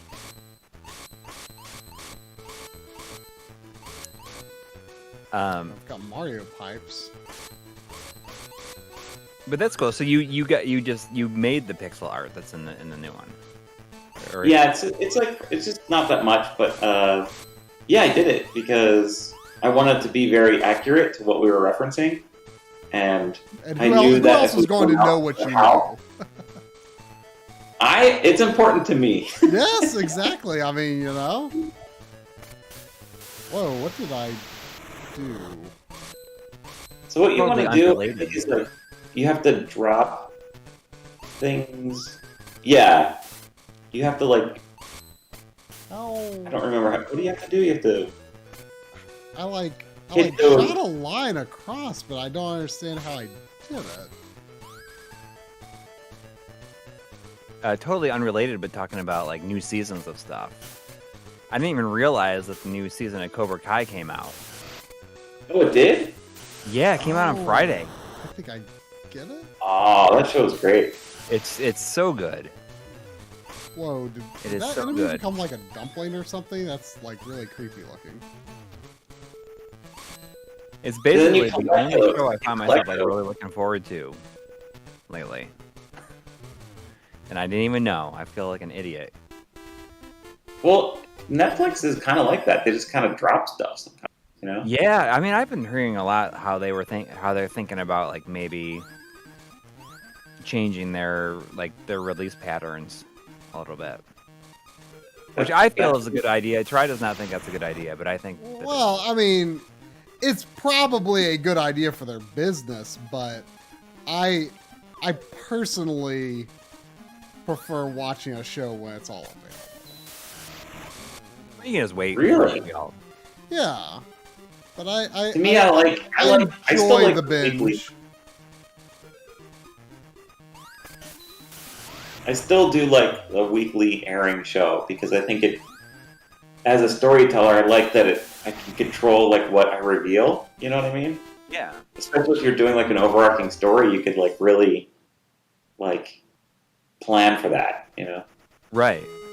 And And then kids are talking and thinking about the next one. You know? Like, I don't know. I think it's cool. Yeah. I mean, when Animaniacs come out, is that that's weekly, right? No, they drop everything at once. Like streaming services think that kids can only binge watch everything. You know? Yeah, I could understand that because like for stuff like that, I guess they probably feel like it doesn't matter. Like they don't care. Like that it's Exactly. No, They- the they- end. because Wow, that was. they're just gonna sit there and watch for a long time. I mean, it's the same thing as like with YouTube, where kids will just sit down and just like watch whatever's put on for like in front of them, and it'll just keep on going and going and going. Like it just there's no end to it, I guess. And I guess that'd be true for stuff like that, where parents would put it on, and it's not like they're gonna sit there and intently watch the entire season in one sitting, anyways. Like, I mean, most kids probably can barely sit still for like an entire episode. Is there a Yeah. reason, or was it just a mistake that you put on this list you sent, Gabe? You put Fire and Ice under Famicom. Is there a reason to play the Famicom version instead of the US? No. I for some reason I just always played the Famicom one, so I just think of it as a Famicom Probably game. because it was cheaper. Did you play? Oh, you skipped over Trax, huh? What? Oh, I didn't see that because the on my phone, like the Nangoku whatever takes up the whole line, and it looks like that's just like a line scroll of that title. Hang on, let me go back to Game Boy then. There's $10 from Mega X6. Thank you. Saying, Gabe, it's been awesome hearing your experiences from Animaniacs to Bub-O Escape and more. Animaniacs has always been amazing. Maybe we'll get a retro Animaniacs games like TMNT. Yeah, That would be tons of fun. I mean, I would work on that. I mean, you could say like, I'll make it myself. yeah. I would need them to pay me to do it. But I would do it. If you had the time and funding, sure. Yeah. Yeah, I mean, you probably have definitely. like a good team you could pull together to make it. Definitely. We could even make it look just like the show, or we could do like one that's all 16-bit graphics, It'd be awesome. Oh, this Did you play that new? Did you play Shredder's Revenge, the new Ninja I Turtles? loved it. It was great. It's incredible. Yeah. It's cool because it's like it feels to me like it's Streets of Rage, but like easy, Yeah. like very accessible, Yes. Yes. We played through it on stream. I mean, it was I guess back when it came out, it was a couple months ago now. But it was so much fun. We played through like the entire arcade mode. And it's a long game too. Like the original games weren't that long. Yeah, like 16 levels. I mean, it's significantly longer than the other ones. This music feels really familiar for some reason. I almost feel bad because you know that based on how well it did, like they're gonna have to do another one, and I'm not sure if it won't. I'm not sure if it'll hit the same way. They used all of their ideas, probably. Yeah, I'm not sure if they would hit the same way if you don't have all those years of buildup. You know, their previous game was Panzer Paladin, and I feel like that game is just like so overlooked. And like, yeah, it's great. It's really good. Like, apparently it didn't get very good reviews from what I've heard. And I do not understand. Like, if you like 90s era NES, like, it's basically a 90s era NES game turned up to 11. It is. Yeah, it's great. It is. I kind of feel like it is maybe definitely my favorite, like, 8-bit inspired indie game. Maybe even over Shovel Knight. Like, it just nails the feel of like a really good NES game. I love Tributes games. Like, if you ever had a chance to play Wizorb, that game is awesome. I've bought Wizorb on Steam. I bought it on PSP and also worked on the PS3. I loved it. I'm not familiar with that, actually. That's like it's like Breakout, but with like RPG elements and like a world map. It's really good. Yeah, it's a lot of fun. That's like one of their first games, I guess. It's fun. I like this game. People are talking about Rob and Maurice, and yeah, they're like, I'm lucky to work with those guys. Like, they're the voice of Pinky and the Brain, and Rob Paulson also does Yakko. And I love being able to like talk to those guys, and like they really brought. I mean, we couldn't do the show without the original voice actors, you know. And I hate seeing these reboots where they don't use the same voice actors, you know. Right. Because they're alive and they're so good, and like Rob and Maurice got even better since they did the original, you know. So it's like, why wouldn't you use them? You know, it's crazy to me. I mean, that was probably like #1 priority, basically. Oh yeah, like it's so weird. Like it's so weird to me that Rob Paulson was Gray Fox in Twin Snakes. I'm pretty sure. Rob's fun.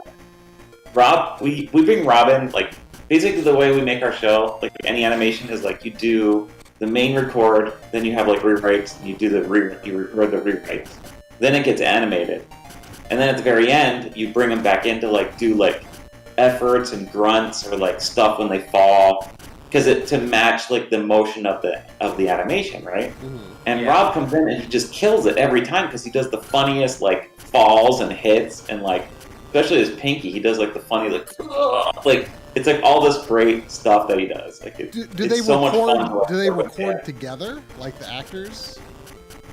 We did before the pandemic, and now we can't do it together, unfortunately. I mean, how has your workflow like changed during that? And you think that it's changed in a way that it's never going to change back? Well, yeah, I think so, because all the artists were kind of used to being in their own island before the pandemic, you know, because there was like all the board artists are together and all the background people are together, and so that kind of stayed the same. Like when they went off to work from home, that kind of was okay, but when production has to like pull everything together, like they're the people, like production are like all the backbone of like the show. Like they're the people that are like organizing the files for us and like keeping the schedule going and like babysitting the artist, basically, you know what I mean? So their job got like super hard, but the artist kind of got easier, you know? And I feel so bad for production sometimes because it's just made that's the thing that changed the most. And the other thing that changed a lot was for all the sound, it's hard to do. Like, we make the show, then we get the footage back, and then we make changes on the footage, and we also then we record all the music. We do all the music separately. We do all the pictures fixes separately, and then we do all the sound effects separately. And then at the very end, you bring everything together. It's called the mix, and that was really hard to do in the pandemic because I'm on headphones in my room, and it's not the same as being in like a sound stage to hear what you need to hear, you know. So that was the other part that sucked too when I went. Yeah, it's got to be hard to direct that kind of thing when you're just hearing. Yeah. And you have to really trust the sound people who are in the room because it was just one guy, you know. And it's like, okay, does this sound good? Okay, I trust you. And then it drops, and then I hear it on my speakers at my house, and it's like, okay, yeah, it sounds pretty good, but it's very scary, you know, because I'm so used to hearing all that stuff.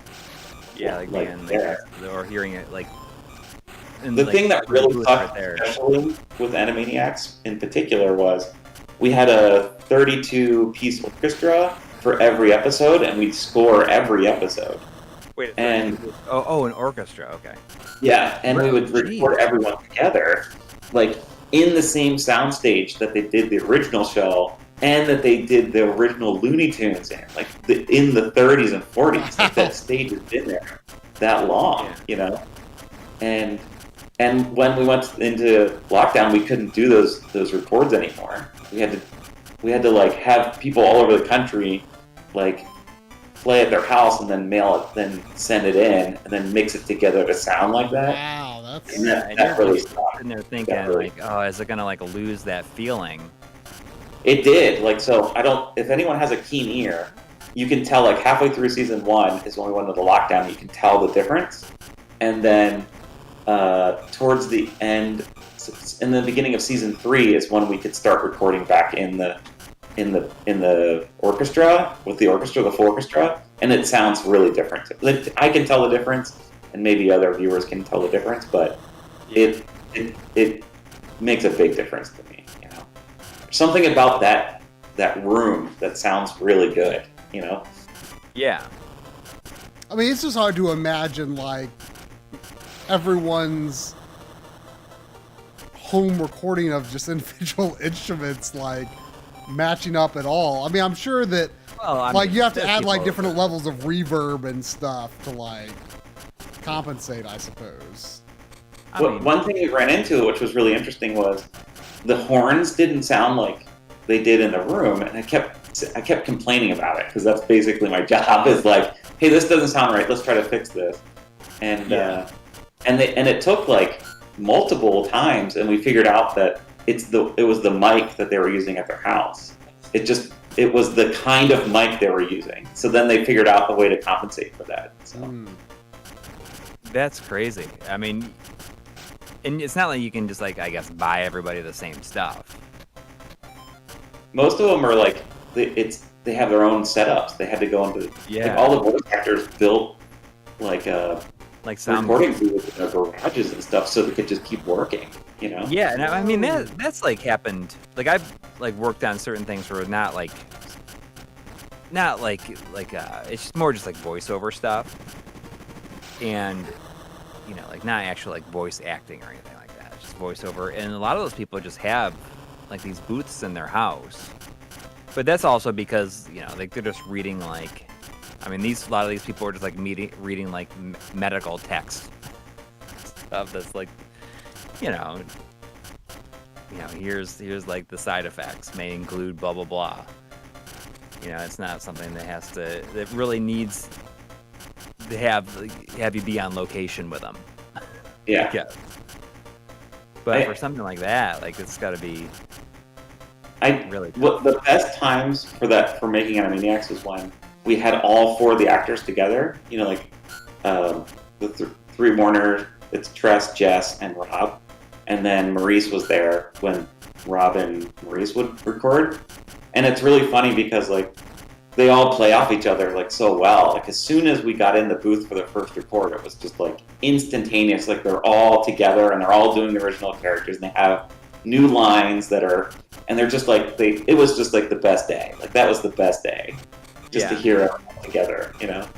And what's really funny with when Pink in the Brain, Rob and Maurice record together is Rob goes out of his way to annoy Maurice, and they play that in. You could tell if you watch the show, you could tell like Maurice is actually getting mad at Rob as Pinky. And I mean that's what he should be doing. And unfortunately, like Maurice always gets these like really horrible lines where it's just like all this like scientific jargon, and then Rob's sitting there doing like "narf," and it's like the easiest thing.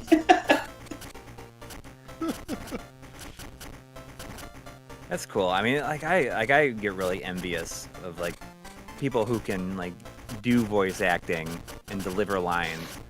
I like kind of had a recent idea of like I should see if there's like a free like improv group to like get better at like being on camera or like delivering lines. For voice acting, it's really tricky because like for animation voice acting, you have to like really control like how you sound, not so much how you look. So when you have like real actors come in to do voice acting for cartoons, that's why it's not good, because they're not thinking like how it sounds, they're just acting. You know what I mean? Right. So, and then the best voice actors that I've ever worked with are ones that you say, give me another line, and then they do like, they'll give me 3 of those, and they'll do the same line, and they're totally different ways of reading the same line. Like that's like that speed, like that. Yeah. That way of delivering is like so essential, and it's a gift. Like I tried doing it, like I tried to do voices before, and I was like, I can't think like that. Doing like this, like it blows my mind that people can do so many different voices. They're like not them, and they have a way of saying like every conceivable sentence in that character's voice, like it's just like in my head I'm thinking like, okay, if I haven't heard this character say this word before, like it's almost like how would that word even sound coming out of that character's mouth? And they like, I don't know, like I'm not phrasing it very well, but like it's so hard for me to fathom. Like, how can you imagine this character, like this voice, saying something that it would never say? And how do they like never accidentally sound kind of like themselves? You know? Yeah. I mean, you've got people like Nolan North that not always, but almost always are just using their own voice, right? Well, it's interesting because like Nolan, right? Like he did voices for me on one of my projects, and you ask him to do his normal voice, and it's like that's one of his voices now. You know what I mean? Like that's in his library of voices. It's like that. Hey, if you want my voice, here it is. Right. Yeah. Well, I mean, I was really surprised when Troy Baker did The Last of Us, because up to that point, everything I had heard him in was pretty much very much like Nolan North. He was just being himself, right? But then like he's like plays a character that's nothing like himself. But then you think about it, like you know, Joel and good old Booker DeWitt sound almost exactly the same. It's interesting too, because like if you don't hear them right next to each other, they could be almost the same voice but 2 different characters too. You know? Right. Like we work with John DiMaggio a lot, and he can do, he does Bender and he does Jake and everything, but it's interesting because like he has a range, but it's not like a crazy range, you know. He's the guy that's Waka in Final Fantasy X, right? Or is that someone He does what? Is he the guy who's Waka in Final Fantasy X, or is that someone else?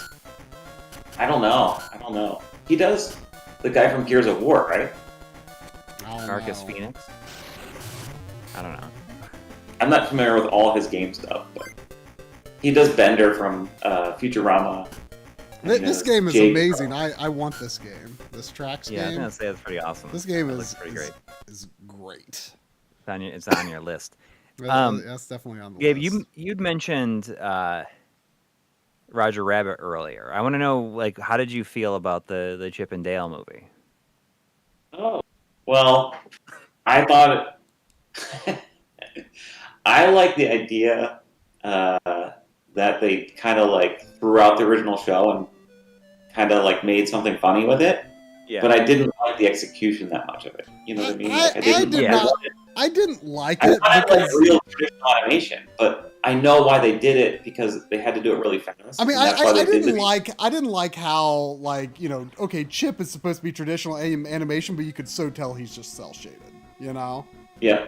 Well, I heard that they had to do it really fast. Yeah, I'm sure. Like they had to. But like the thing about it to me was just like it felt very cynical, and there was like nothing about it that made you feel good about being a fan of the original, you know? But by the end, like that's the whole point.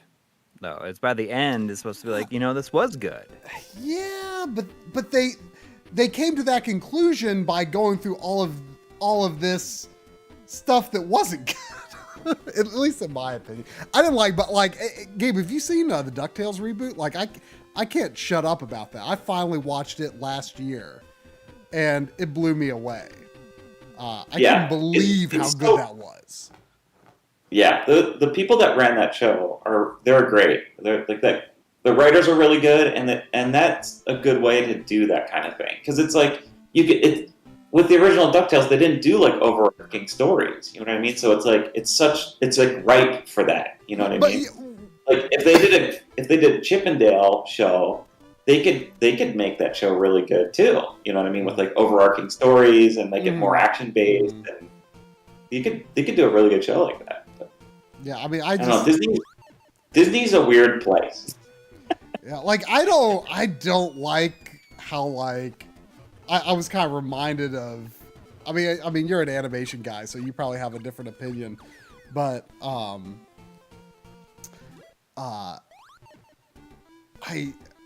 was reminded, I saw like that there was that Mickey Mouse game that was announced the other day, and I was looking at that and remembering like, oh man, like I'm sure Corey is exposed to it fairly often, you know, having kids, but like I was just like, oh my gosh, I forgot Mickey Mouse looks like this now. You know, well, like I'm not used to how it looks these days.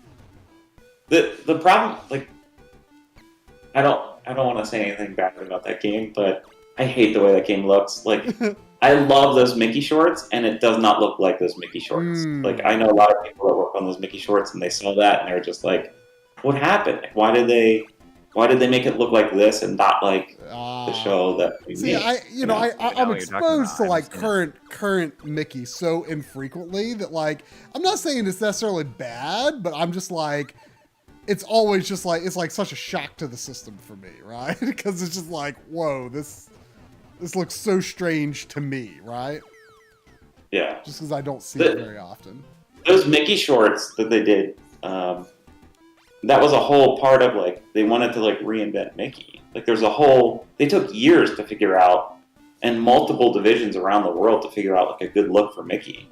And that's how that Mickey look came out of that, you know. And for them to like just license it out to do this game, and they did like flash animation for it. It's really sad, you know.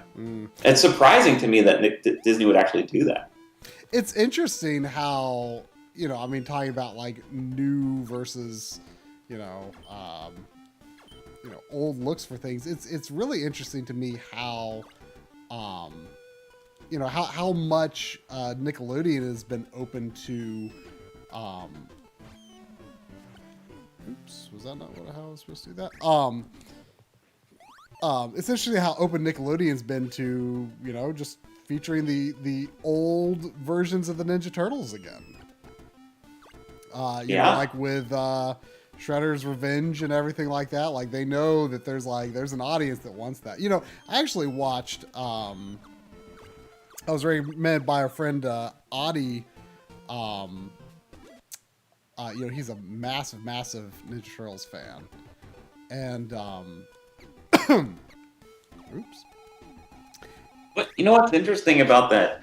I don't know if it was Nickelodeon that is responsible for that. I think Nickelodeon just loosened the reins because there was a lot of people that wanted to see that game, like wanted to see the classic 90s Turtles stuff, you know? Yeah. So I would give, whoever pitched that game credit for that, not Nickelodeon. Yeah. But it's good that Nickelodeon is like loosening the reins on that. Yeah. But they but Adi was actually telling me that recently that like his favorite version of the Ninja Turtles, like at least from like I guess kind of maybe a characterization and standpoint is actually like I think it was the first Ninja Turtles series, the 2012, and I watched the first season of that's on Netflix. I watched it. It's like it is really good. It's like the animation style is. I mean, I understand why it is the way it is. I don't like how human characters look in it. The turtles look okay. The animation is really good, but the character models are hit or miss. But like the writing and acting and everything is really good at it. I enjoyed the season that I did watch. The guy who is responsible for that, Ciro Nieli, I worked with him I've known him for a long time too, and the reason that show is so good is because he cared so much about the Turtles. You know what I mean? Like, he's the guy who, when they bought it, he's luckily they got him to do it. You know what I mean? Like the very first one. That's the reason why it's so good. Yeah, just because it was made by a guy who knew what he was doing. He could make it good, and he did. They gave him the chance to make it good. Yeah. So. Yeah, I mean, I've not watched any of what's on currently, but I cannot stand the character designs. And that's just... Well, a lot of people, I think, feel that same way. But from what I understand, the animation is incredible on it. But that's also Nickelodeon. They want to do new versions. They want a new version of it all the time. Well, I mean, Ninja Turtles, goes through phases of popularity. Right. Yeah. So... It's like Power Rangers or something, There's always a new Power Rangers, or Batman. It's like they're the new Batman. Yeah. Yeah, this game looks maddening. I know. I'm obsessively watching it, and I'm trying to figure out how I would do it. The animation is super smooth, but it almost looks like it moves too fast. It's I like this game a lot. I mean, I've not played that much of it because it's expensive, so I don't have a real copy. But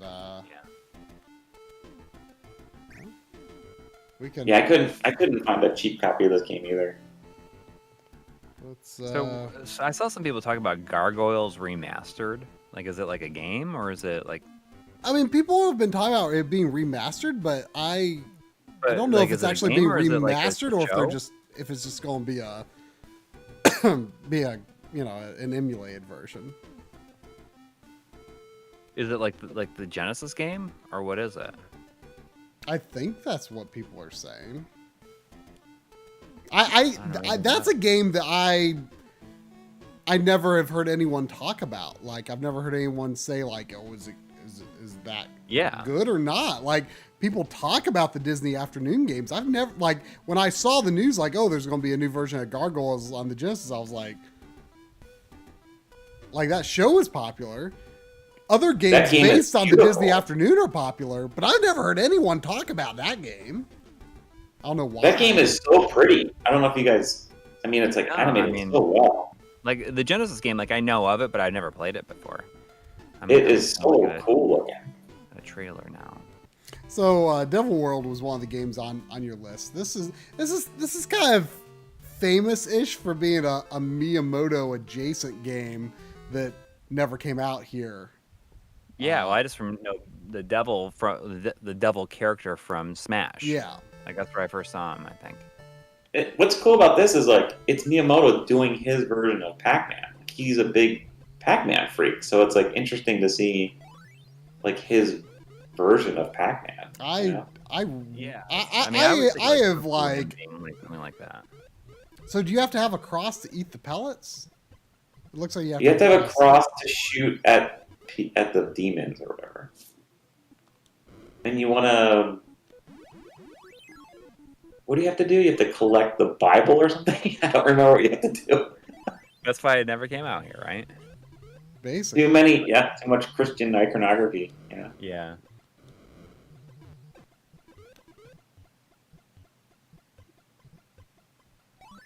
I like the idea of the whole board moving. It's just so janky.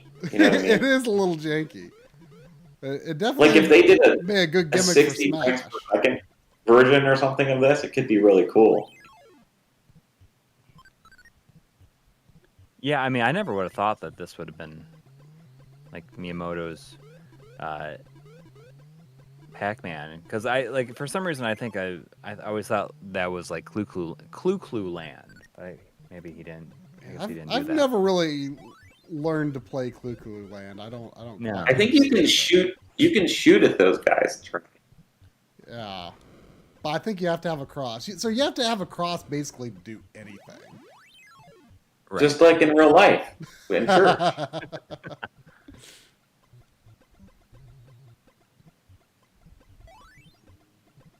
I know there's parts where you have to like collect pieces of the Bible and put them in the center of the board.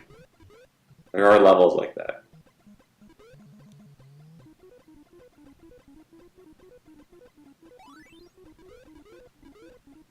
Well, there's ice. I mean, cream. what's weird about these kinds of games is, I mean, people don't make these games anymore at all. You know? I mean, Yeah. I am not like a big fan of like the, The Maze Runner. yeah, like I'm not.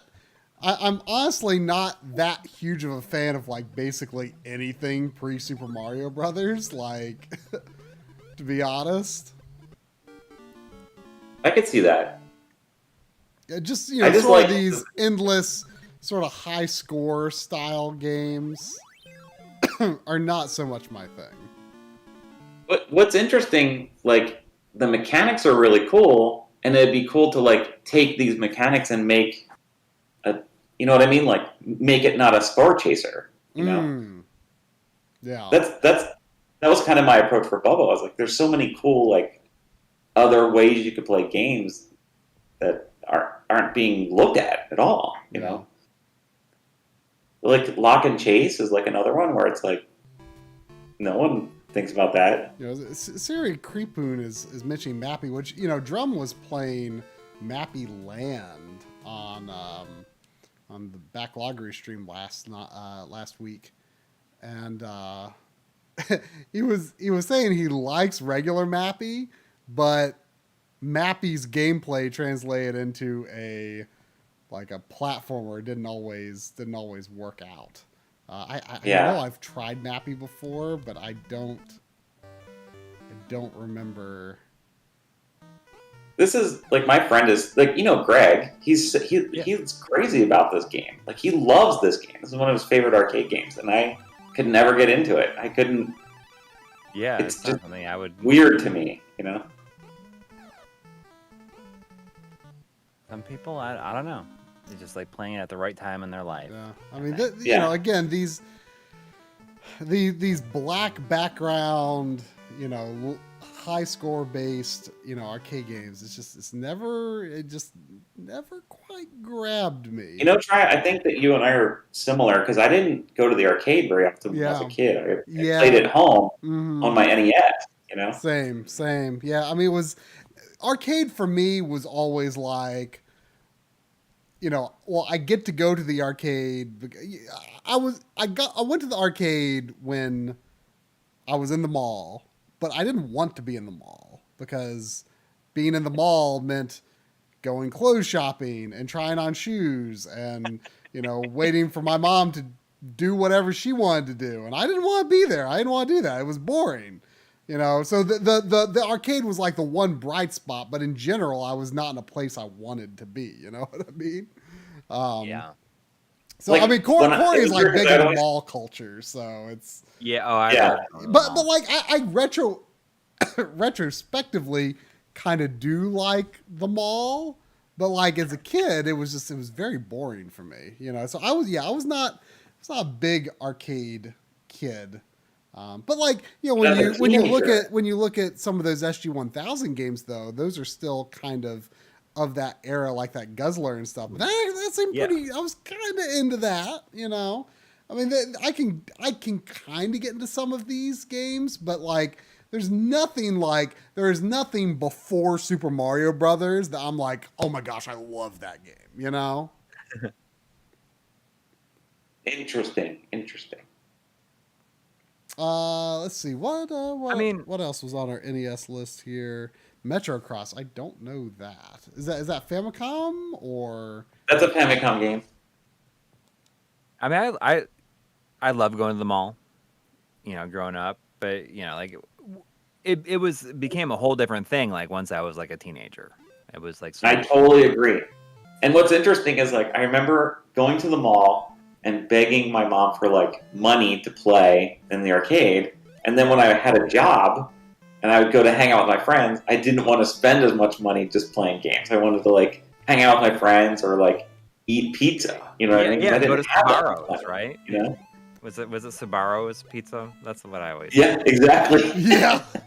I was just talking. Who was I? Was I talking to Epos Vox about how he wanted to go to the mall, or he wanted to go someplace just so he could specifically have Sbarro's pizza, because you know there was a time like if you lived in certain places like Sbarro's pizza was like as close as you would come to getting like fancy like New York style. Not even I wouldn't even think of it as like New York style pizza, but it was like, you know, like these huge slices of pizza. Yeah, I would like to try Sbarro again, just because I hardly remember what it tasted like, but it was like it was definitely iconic. Like, I mean, I definitely have had a number of Sbarro slices in my life. I have like a weird, like vivid memory of going to Sbarro's after my mom took me to see Aliens in the movie theater. So this game is weird. Like what is this? So this game is like Running Man the game, and like it's like futuristic, and you have to get through the level before time runs out, or they kill you. I'm pretty sure you play this at Gabe's house. Did I? Oh, did you? Did we play that? I'm pretty sure that you did. It is not. It's not ringing a bell. You have to jump on the cans of Pepsi or whatever it is, and that'll help slow down the timer. Because right now, like, yeah, your time ran out. It's an interesting game because, like, I went to Japan and I picked up a ton of games, and I came back and I had a big game night. And we just kind of played everything. And this was the game that everyone really liked a lot because it's like, oh, how far can we get in this? And then once you start figuring out how it works, it was really interesting. You know, this music is very familiar.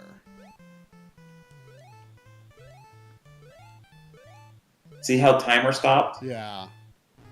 So you don't want to kick it; you want to jump on it.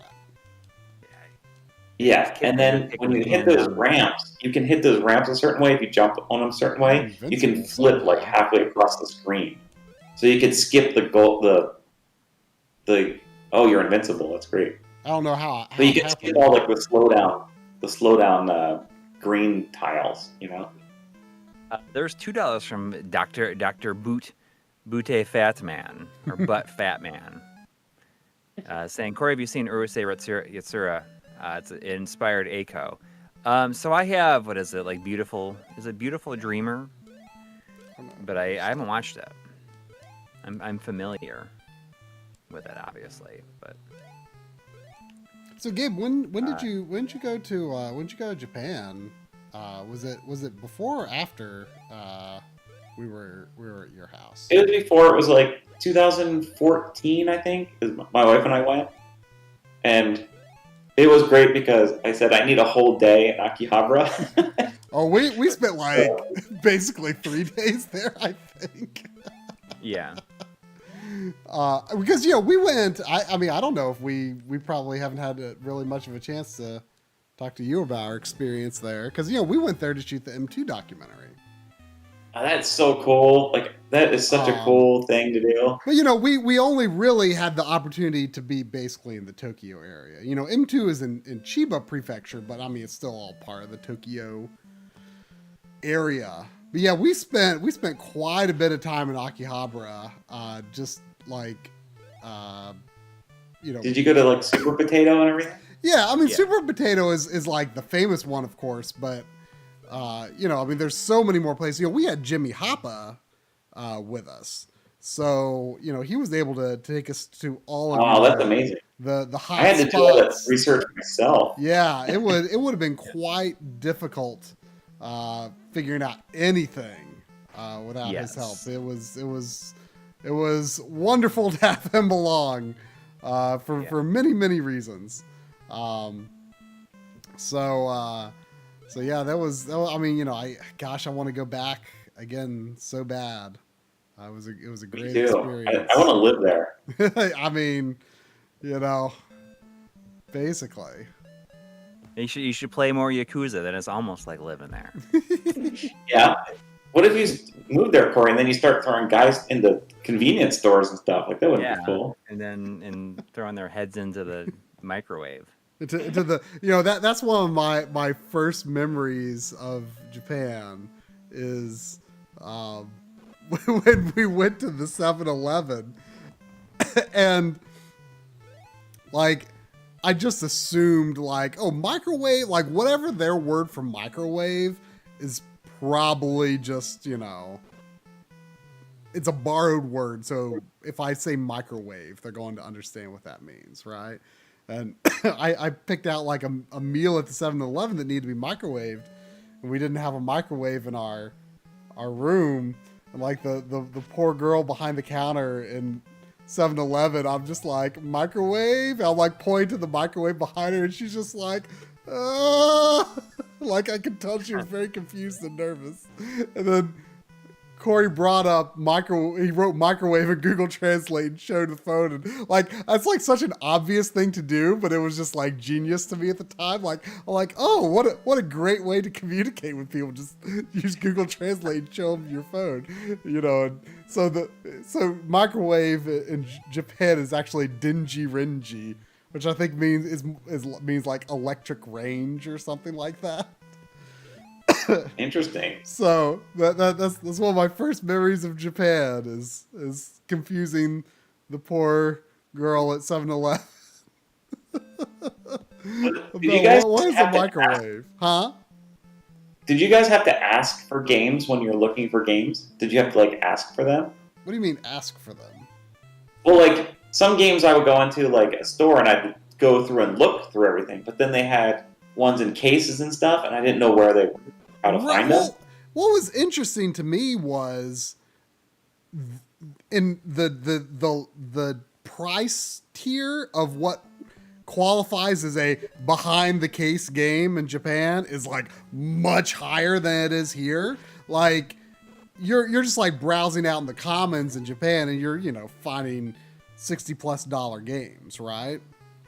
And it's like mostly like $80 or $100 plus games there behind the case. The only time I got anything that was behind a case was Seirei Densetsu Lickle, which is Little Samson.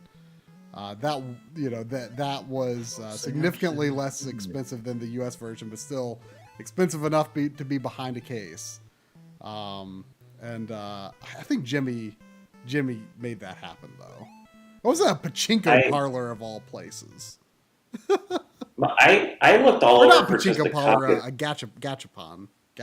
Oh yeah, I looked all over for just that, like a copy of Contra, and I couldn't find it. It's like it's not common. It's not common. No. I got that for like $50 at a convention a good while ago. That's a great Famicom cart to have because there's just like so many little visual improvements, like the maps and everything, and it's so cool. The animated trees and the best part's the final levels because the walls like wriggle and writhe.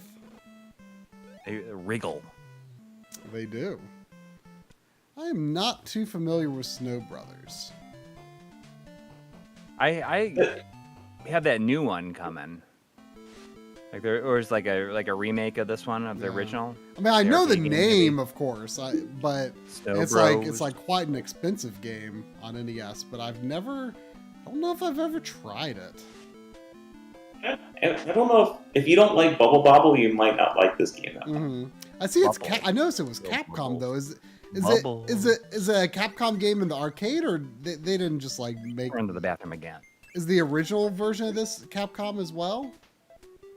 I don't think so. I think it was a different developer. I think they just published it. I see. The enemy sprites are quite large. You can push the snowballs like Oh, I onto see. other enemies. Once I freeze them, I have to like do a bunch more snow. There you go.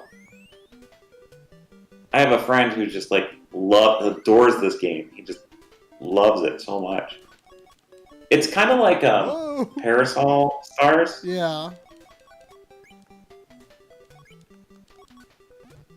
Is that what's called? Parasol? That's the one with the rainbows, right? Or is that the one with the rainbows, or is that Rainbow Islands? It's like the one after Rainbow Islands, right? Parasol Stars. Isn't that what it's called? I know that It's name, like but I don't water's know. dripping. Yeah, water's dripping, and you collect it on a parasol, and then you can throw it as like a giant bubble, and it Okay. washes everybody down. Have you ever played this is very much a Taito style game, but then there's like, you know, you've got like Don Dokodon, but then you've got like Don Dokodon 2 that's like more of like a straight up platformer. Yeah, you could tell that that as soon as Mario 3 hit, everyone tried to do Mario 3. You know what I mean? Or their version of it. Yeah. And then like what is it? There's Liquid Kids. You ever played that? That game's great. Yeah. I love that game. I want to get the TurboGrafx or PC Engine version of that. I love the way that looks. It looks beautiful. Yeah, it's a very interesting game. I love the graphics in it. It's so appealing. You know, you should play after this. Again, it's kind of like this a little bit on the NeoGeo. You should play Zupapa. Zupapa? Yeah. Or is it Great to play. Zupapa? Is it Zupapa? Is it? Or it's like fire in the. Is it Zupapa? Have you played what is it called? Nightmare? Oh, Night in the Nightmare. Is that what I'm thinking of? Yeah, it's the same thing. Or Zupapa is like the sequel or something. Is it it's like Nights and then is it? No, it's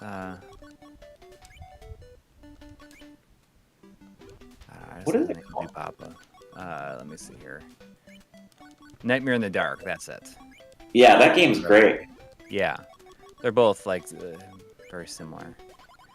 I like this That's more the same- than I like this like the same more Zupapa.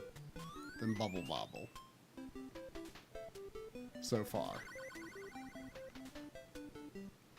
These late NES games have such good music. Is it this is a Sunsoft game, right? Is it Sunsoft? I don't Yeah, know about that's right. originally, I but think so. this version's Capcom. Oh, okay. It's got a very Taito-like vibe to it. Like the character, like his face looks like terrifying. Yeah, it is. It is not a. It's not a great face. It's just not a friendly looking face. No, it's definitely like horror movie. It makes me think of material. like Halloween 3, like a mask that would be in Halloween 3. It's like its entire point is to like melt children's face and make bugs come out of it. Maybe it'll do a movie of this and make it, and Michael Keaton will play this. Oh man. The Snow Bros. I'm not sure what's going on Don't when tell me, bro. he flashes when like the snowball runs into him, but it doesn't seem to like I don't seem to have like a life bar or anything. I get hurt by enemies, but he flashes when his own snowball bumps into him, but it doesn't seem to be detrimental. I don't know. I can't figure out what that's about. You know what's interesting with these single puzzle games is like when they do a boss level. Like it's always interesting to me to see what they do. You know, like a boss fight. Yeah. Usually it's like they make them so big on the screen. Like it's like like super drunk and Bubble Bobble, right? Super drunk. That's the name of the bad guy in Bubble Bobble. Is super drunk. really. Yeah. Oh, yeah. He's like, oh man, he's like super drunk. the whole time. Basically.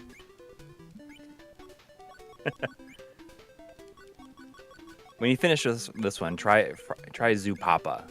On NeoGeo, you said? Yeah.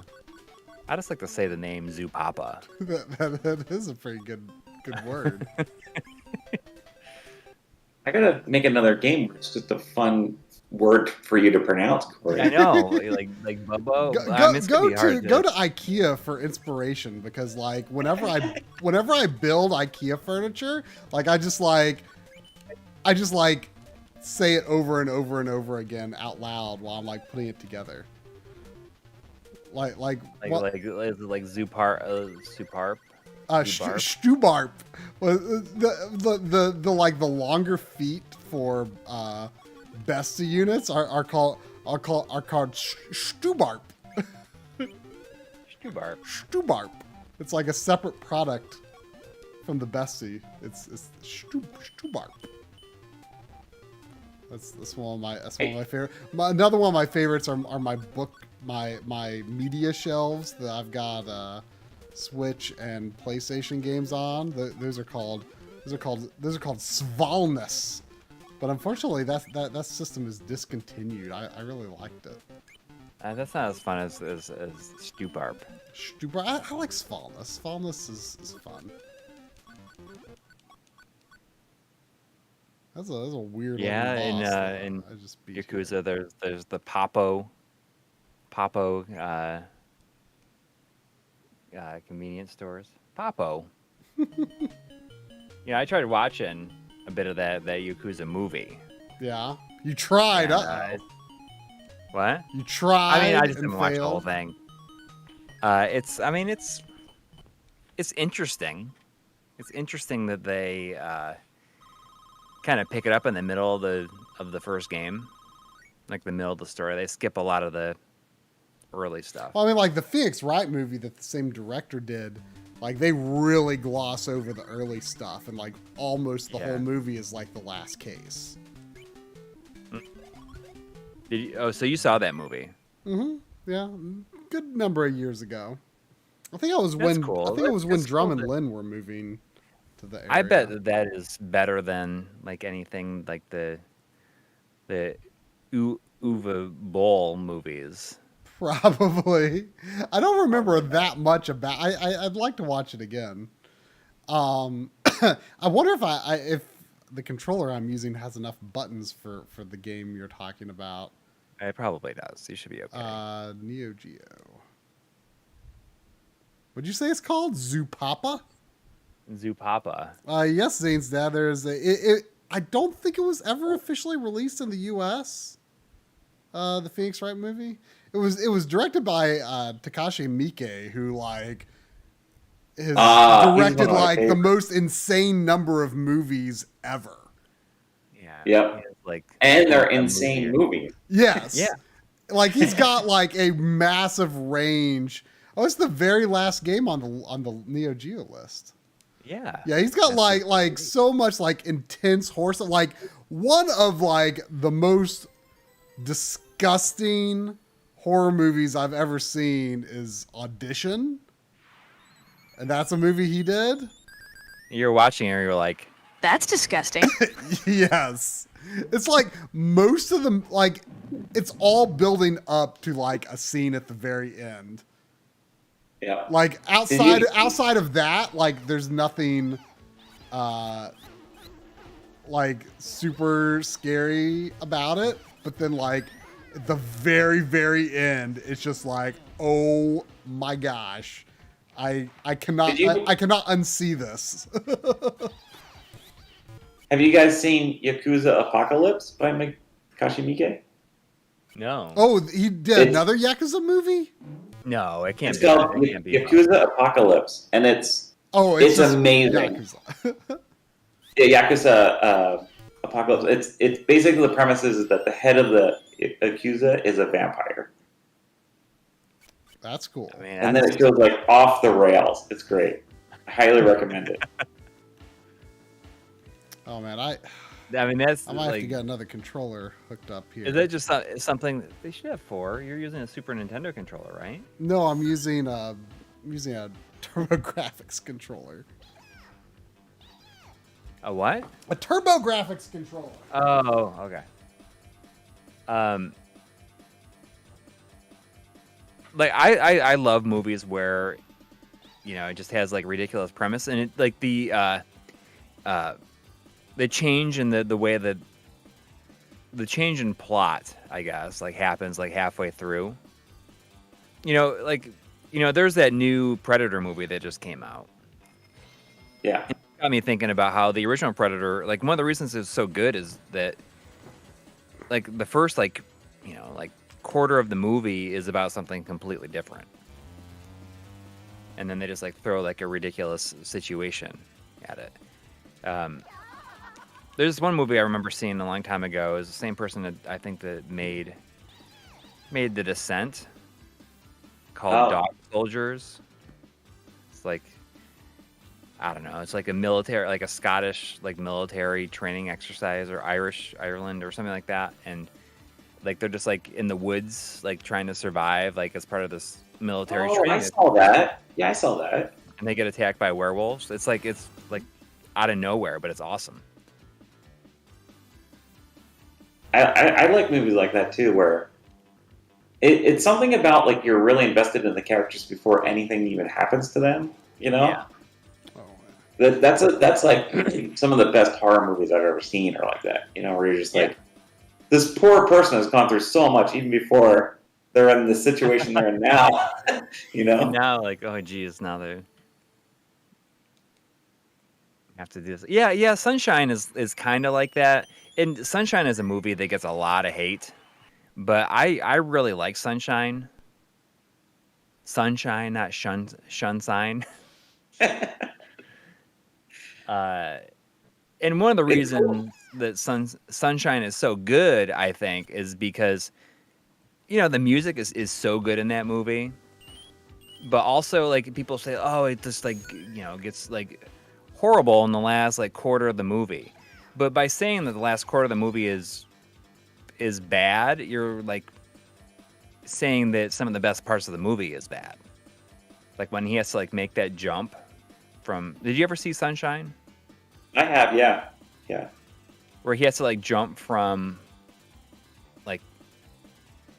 He has to, like, jump across from where, like, he's at and just, like, has to do this space jump. And that's, like, in the last quarter of the movie, and it's, like, one of the best parts of the movie. I just like that movie because it's like... Because it's like, what? It's like a zombie movie. Well, I mean, kind of, like, in the very end, it's like, yeah...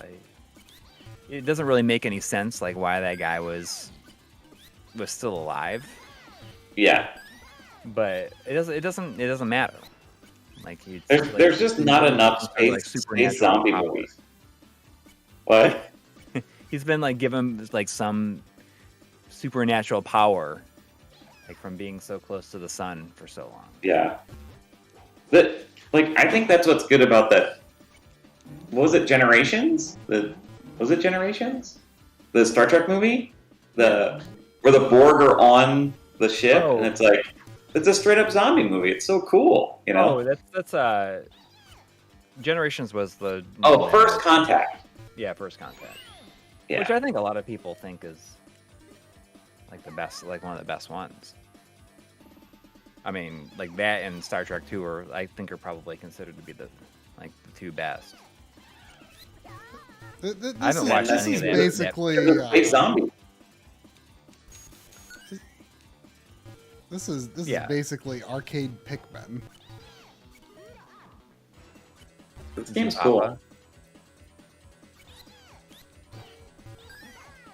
This is another game that's like so colorful. I love how colorful Yeah. it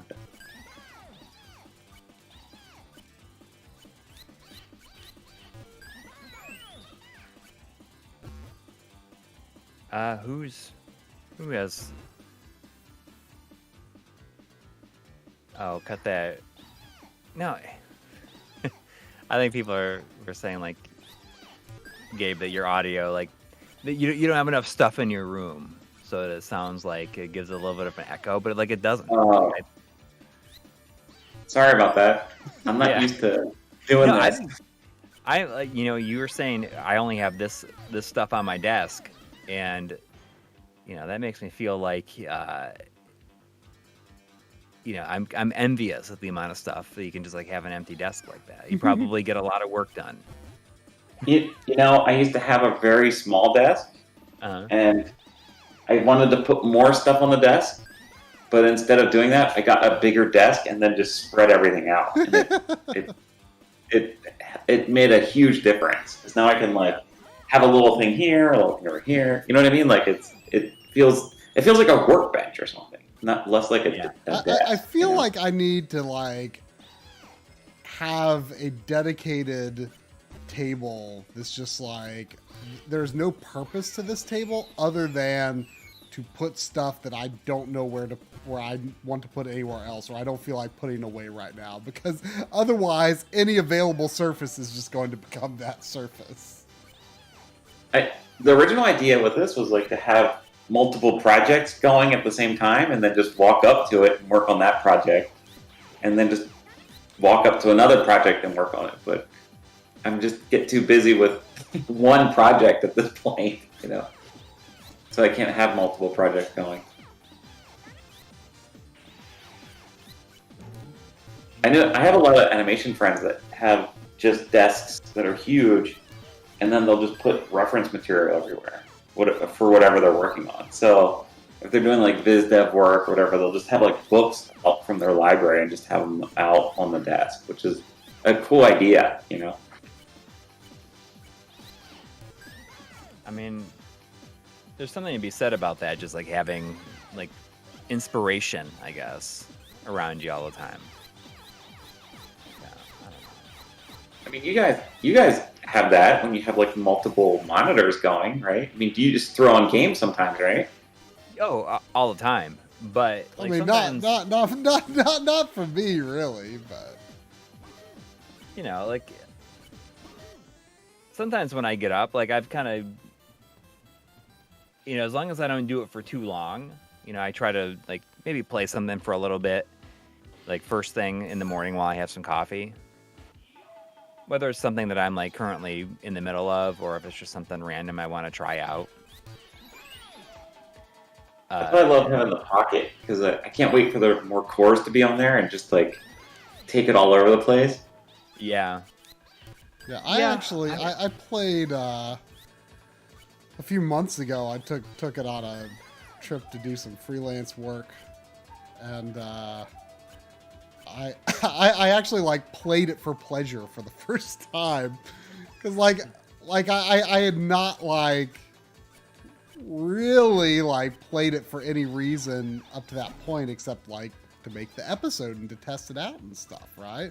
Like I hadn't played it for no other reason than it's just like I want to play these games right now, right? Yeah. And it was fun. I played through Hammering Harry Ghost Building Company. Oh, that's a good game. It was hard as heck. Like I could. Yeah, it gets super hard. Like I started playing it on the stream because I played the Super Famicom one, which was not particularly difficult. But then like the Game Boy one is just like I don't have the other Game Boy one, but that one is like so hard. But I did My pocket was in sleep mode for probably like a week, and I finally beat the last boss. It's kind of amazing how long the pocket lasts. Oh yeah, like Yeah. it like the battery life basically didn't go down. And with those cores, it's going to last even longer because it doesn't. Apparently it uses less power to just read off the SD card than it does off of an EverDrive. Oh really? Wow. Yeah. I played continuously for like a flight. I think it was like a 5-hour flight, and it went down like 30% or something. Like, it's Jeez. crazy. Well, I'm very excited for. I know that I saw a tweet yesterday that somebody is like porting the NES core, the Mr. NES core over to it. Oh nice. But I feel like I will replay like a bunch of Super NES RPGs that way. And I know that there's other ways to do it, and I know there's other devices to do it, like the Ambernick. Oh, you know what? Jonathan Henson, I forgot to mention, he actually brought that with him today. He wanted me to take a look at it, and it's Did he have a 4:3 screen? I'll get the bad part out of the way first. The D-pad is pretty bad. Oh. He did a bit of the reinforcement. What do you call it? The hole punch reinforcement things. Yeah. He did a bit of that, but it needs more of a pivot. I tried Contra, and it's really hard to not hit a diagonal in Contra. But like outside of that, it's kind of awesome. It's like the build quality is like really solid. The buttons feel good. Like it's kind of thick. Like it's not as thick as like an original Game Boy, but it's like thicker than any other Game Boy. It's like it may be the thickness or a little thicker than like a PSP 1000. Yeah. It's like it's got a substantial feel in your hands. And the screen, at least in the environment that I was in looking at it, the screen was quite nice. Very, very little ghosting. Very, very good colors. Decent black levels, at least, again, in the environment I was looking at it.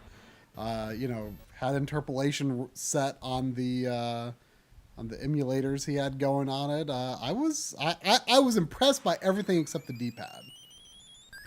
The analog pocket D-pad is not perfect, but Right. it was better than that. It was definitely a flawed D-pad, but outside of that, I was really impressed. There's a lot of different like Ambernick devices, and He was there's talking there's about ones that. with like 4:3 screens, one with 16:9. Mm-hmm. Hey, have you ever tried a Game Boy game called Rubble Saver? Rubble Saver? Yeah, it's a platformer. Have you ever tried it before? No, I will try it presently. Is it U.S. or Yeah. Japan?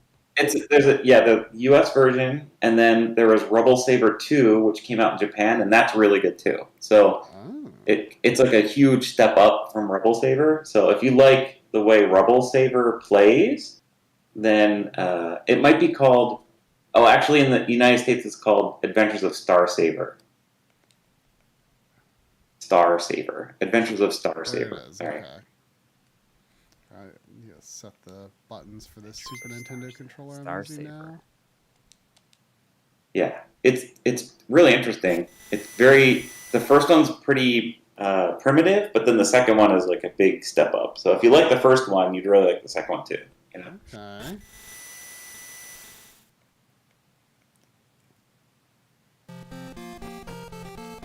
Taito. It kind of reminds me of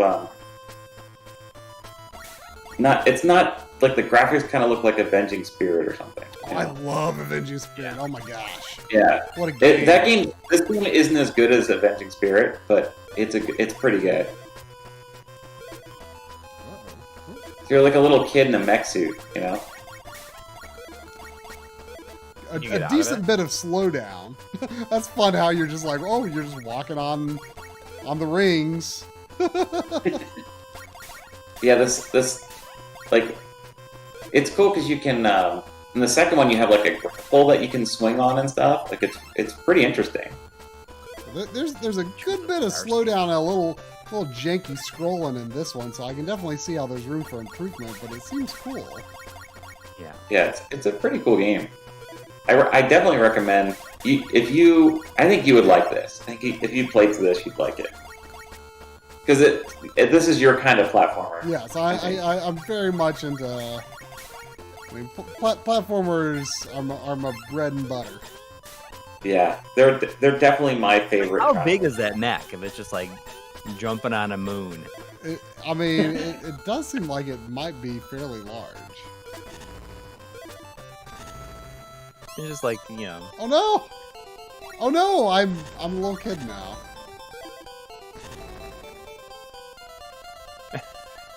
It's just like. Now you're a little kid with a little. How gun. big is that kid? You know what? This is now making me think of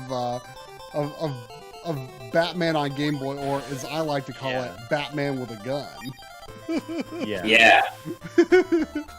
Oh, look, is he fighting crazy dogs now? No, I think that the dog is nice. Oh wait, no, he's not nice.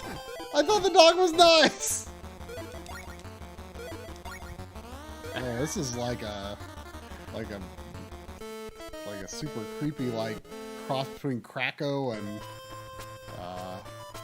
Kracko? What's and Kracko? Metroids. Kracko is the cloud boss in Kirby. Oh yeah, Kracko. Have you guys been watching those the Sakura videos that he's been doing on YouTube? Oh, I saw have some not. screenshots from them, but I have not watched them. They're like amazing. Like, there's stuff that now I'm thinking about game design so much. It's just like, oh my gosh, like some of the stuff is so obvious that I just never thought of. You know? I wish so badly that he could be free from Smash, because I like Smash and all, but I'm certainly not a mega fan. But when he does things outside of Smash, they're just he just has such a distinctive touch on every game that he works on. Just everything about the game is, has a certain look, certain feel. Even the music in the games that he directs.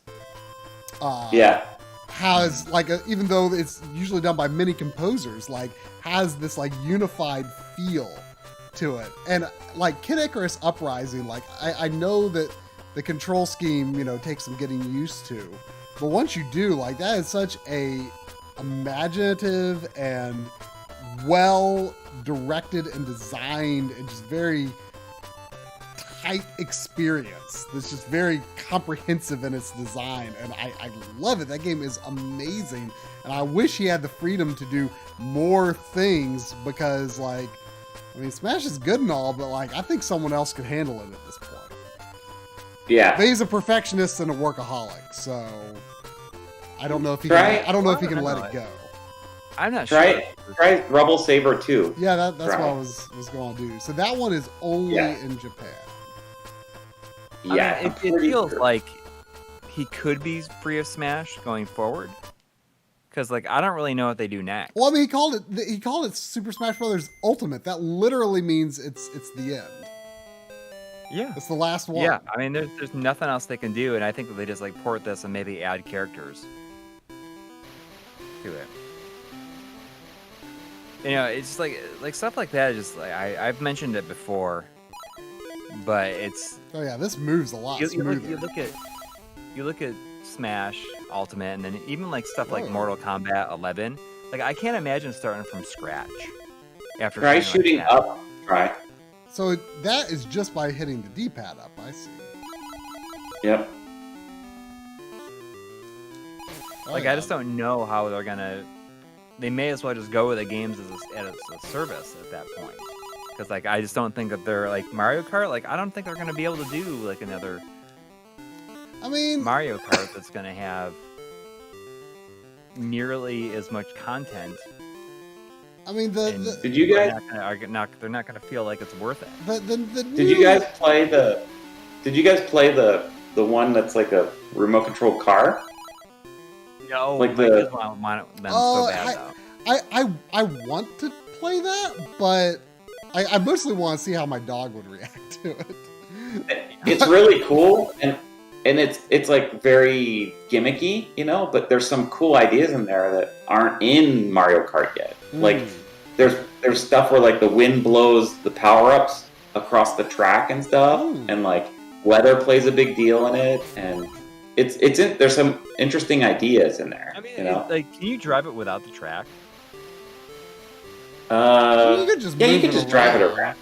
for Yeah. fun. The problem is that you don't have you have to use the Switch, and it doesn't have that big of a range. So basically, it's only you have to run around with the car, you know, if you want to go outside of a room. Yeah, I mean, I mostly want to see how Sandy would react, but the problem is like my house is mostly carpeted, so I could use it at my parents' house, but I don't. I mean, I've definitely been tempted when I've seen it like on sale or something. Yeah. I mean, I might get it sometime. It's fun just to play around with for a couple days or something, but I don't play with it anymore, really. Yeah. I mean, my kids might think it's fun. They've been asking about it. Like, maybe that's what I'll do for Christmas or something. Oh, Because it goes on sale for fairly often for like almost half off. It feels like sometimes. I just wish there were more tracks and stuff, because it's like everything Nintendo when they do stuff like that, where it's like there's so many great ideas and now they can just run with it, but you can tell if it doesn't do as well as they want it to do, they just abandon it. Yeah.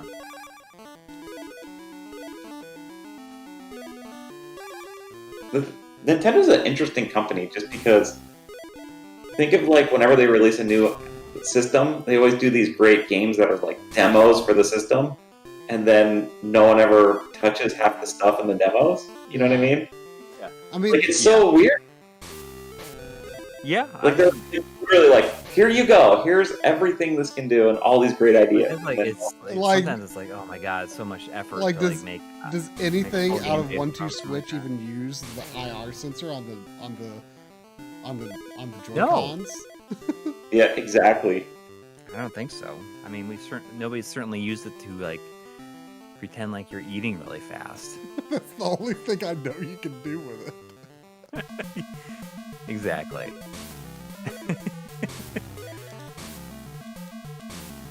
All that stuff is so extra that you don't need to, that we're paying for in those Yeah. controllers, you know? I know. I mean, and Switch controllers like are so like even the Pro controllers just like so unnecessarily expensive. Well, all controllers are The I was just Switch talking to controller somebody. is like just can't justify its cost though. Like I feel like Xbox controllers are at least on sale relatively often.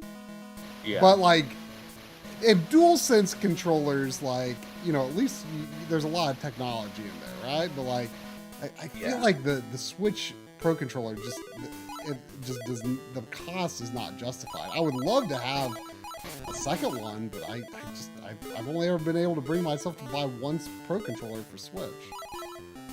Especially because they've never was just talking to released somebody like about- good colors of it anyway. like battery life on controllers, and it feels like we really hit like the amazing battery life like 2 generations ago, where I think about like the PS3. the DualShock 3, like Yeah. you used to be able to get like 40 hours out of that. Like it was never a problem to like marathon and like an entire day. Yeah, on and a then there's the DualShock. Wii Pro controller, the Wii U Pro controller. They had it got something like 90 hours of battery life on that thing. That controller's How is it great. even It has a great D-pad on it. Yeah, I don't like the Switch positions Pro of controller the- has a terrible D-pad. Yeah, I totally agree. The Wii U Pro controller is quite nice though. I like that like it. For a long time that was kind of my go-to PC controller, because I have like this wireless adapter for it, which I know it has a lot of lag, but like I play games on PC so infrequently I just don't care. It's good for the Mister too, because you could play Robotron. Wait, but the Wii? Oh, really? You have to have an adapter though, right? Because the Wii U Pro controller doesn't. Yeah, just get the little tiny the 8-bit dough one that looks like a bricks. You can use that one. Oh, okay. Yeah, because like I'm pretty sure no data goes over the Wii U Pro controller's USB. Yeah. So you have to have a adapter. But it's still USB. It's not like, you know, what is it? It's not 5.1 or 2.5. Yeah. 2. Yeah. I didn't realize. I thought that was Bluetooth. I guess it would make sense that it's not. Is it? I mean, I thought it, like, for some reason I thought the Wii U Pro controller was Bluetooth, but it would make sense that it's not. I don't know. I thought it was too. Because the adapter that you're using, it's like a little Bluetooth. Yeah, it would have to be. Yeah, it'd have to be Bluetooth then. You're right. Totally right. That was the first controller I used for my Mister, because it was like, it had enough buttons, you know? Yeah. This is what I use on the Mister now is it's kind of my all-arounder. I think it technically has a fair amount of lag, but it's good enough for me for what I would do most of the time. You know, unless I wanted to pick like something that was like really appropriate for the systems that I'm playing. But I like the Switch online Super Nintendo controller. You know, it's got enough buttons for almost everything. That thing is like Opa Opa. It's like, oh yeah, like straight up like ripping off Opa Opa. Yeah, basically. Well, it's a kid in a mech, which is cool, you know? Yeah. Is there any like you think this is a good game to finish on, or is there anything that I didn't do that you think would be a strong finisher game? I think this is. I mean, you went through my list. I didn't think you'd play everything. I mean, I didn't play Kickle Cubicle or Lolo just because I'm very familiar with those. Yeah. I can't think of anything else. I'm glad that you like Trax. Oh man, that was amazing. I am definitely going to. I feel like that's got to be not expensive too. Probably not. The ship or tank or whatever you control in that looks so familiar, and the level 1 music also felt very familiar. I swear I've seen and heard about it somewhere before, but I'd never tried it. It's awesome. Like wow. Well, it's HAL. I mean, yeah. Everything HAL makes is so good, you know. Yeah, pretty much. Yeah. Oh, it's like $40. Well, I wonder what the Japanese like version $40 to $50. All right, have you ever played Bubble Ghost? I actually played that for the first time just like a month ago. It's pretty interesting. That's another interesting puzzler, yeah. You know? Yeah. Yep. Yeah, they came up and we did a stream to celebrate the 15th anniversary of the Backloggery, and that came up as a challenge on it. So that was pretty fun. I was like, oh yeah, this is it's interesting that like nothing, you don't really make contact with anything, you just blow the bubble. Like your character itself like isn't hurt by like the spikes and stuff because you're a ghost.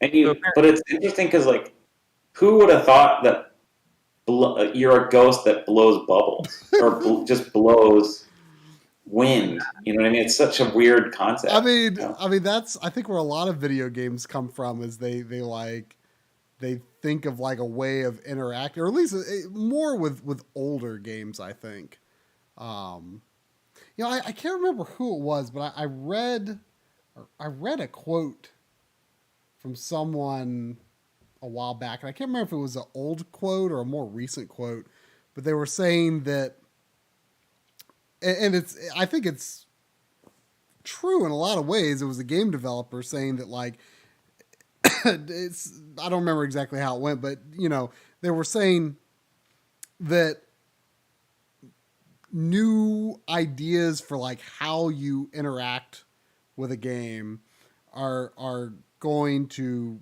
become less and less common, and the thing that's going to define a game more than, you know, some sort of new idea of interacting with the game is going to become, you know, it's going to become characters and concepts and the story and stuff like that is going to become what defines the game, not so much your method of interacting. And in a lot of ways that kind of has become true. You know, there's so many formulas, like the open world formula is like just such a rigorously designed thing at this point, right? It's that, you know, can become very tiring, but like something like Bubble Ghost, obviously, like that comes from like, okay, like that comes from a programmer like moving a square and a dot around a map, and they're like, okay, this is fun, but how do I like visualize this with characters? You know, the character aspect comes second.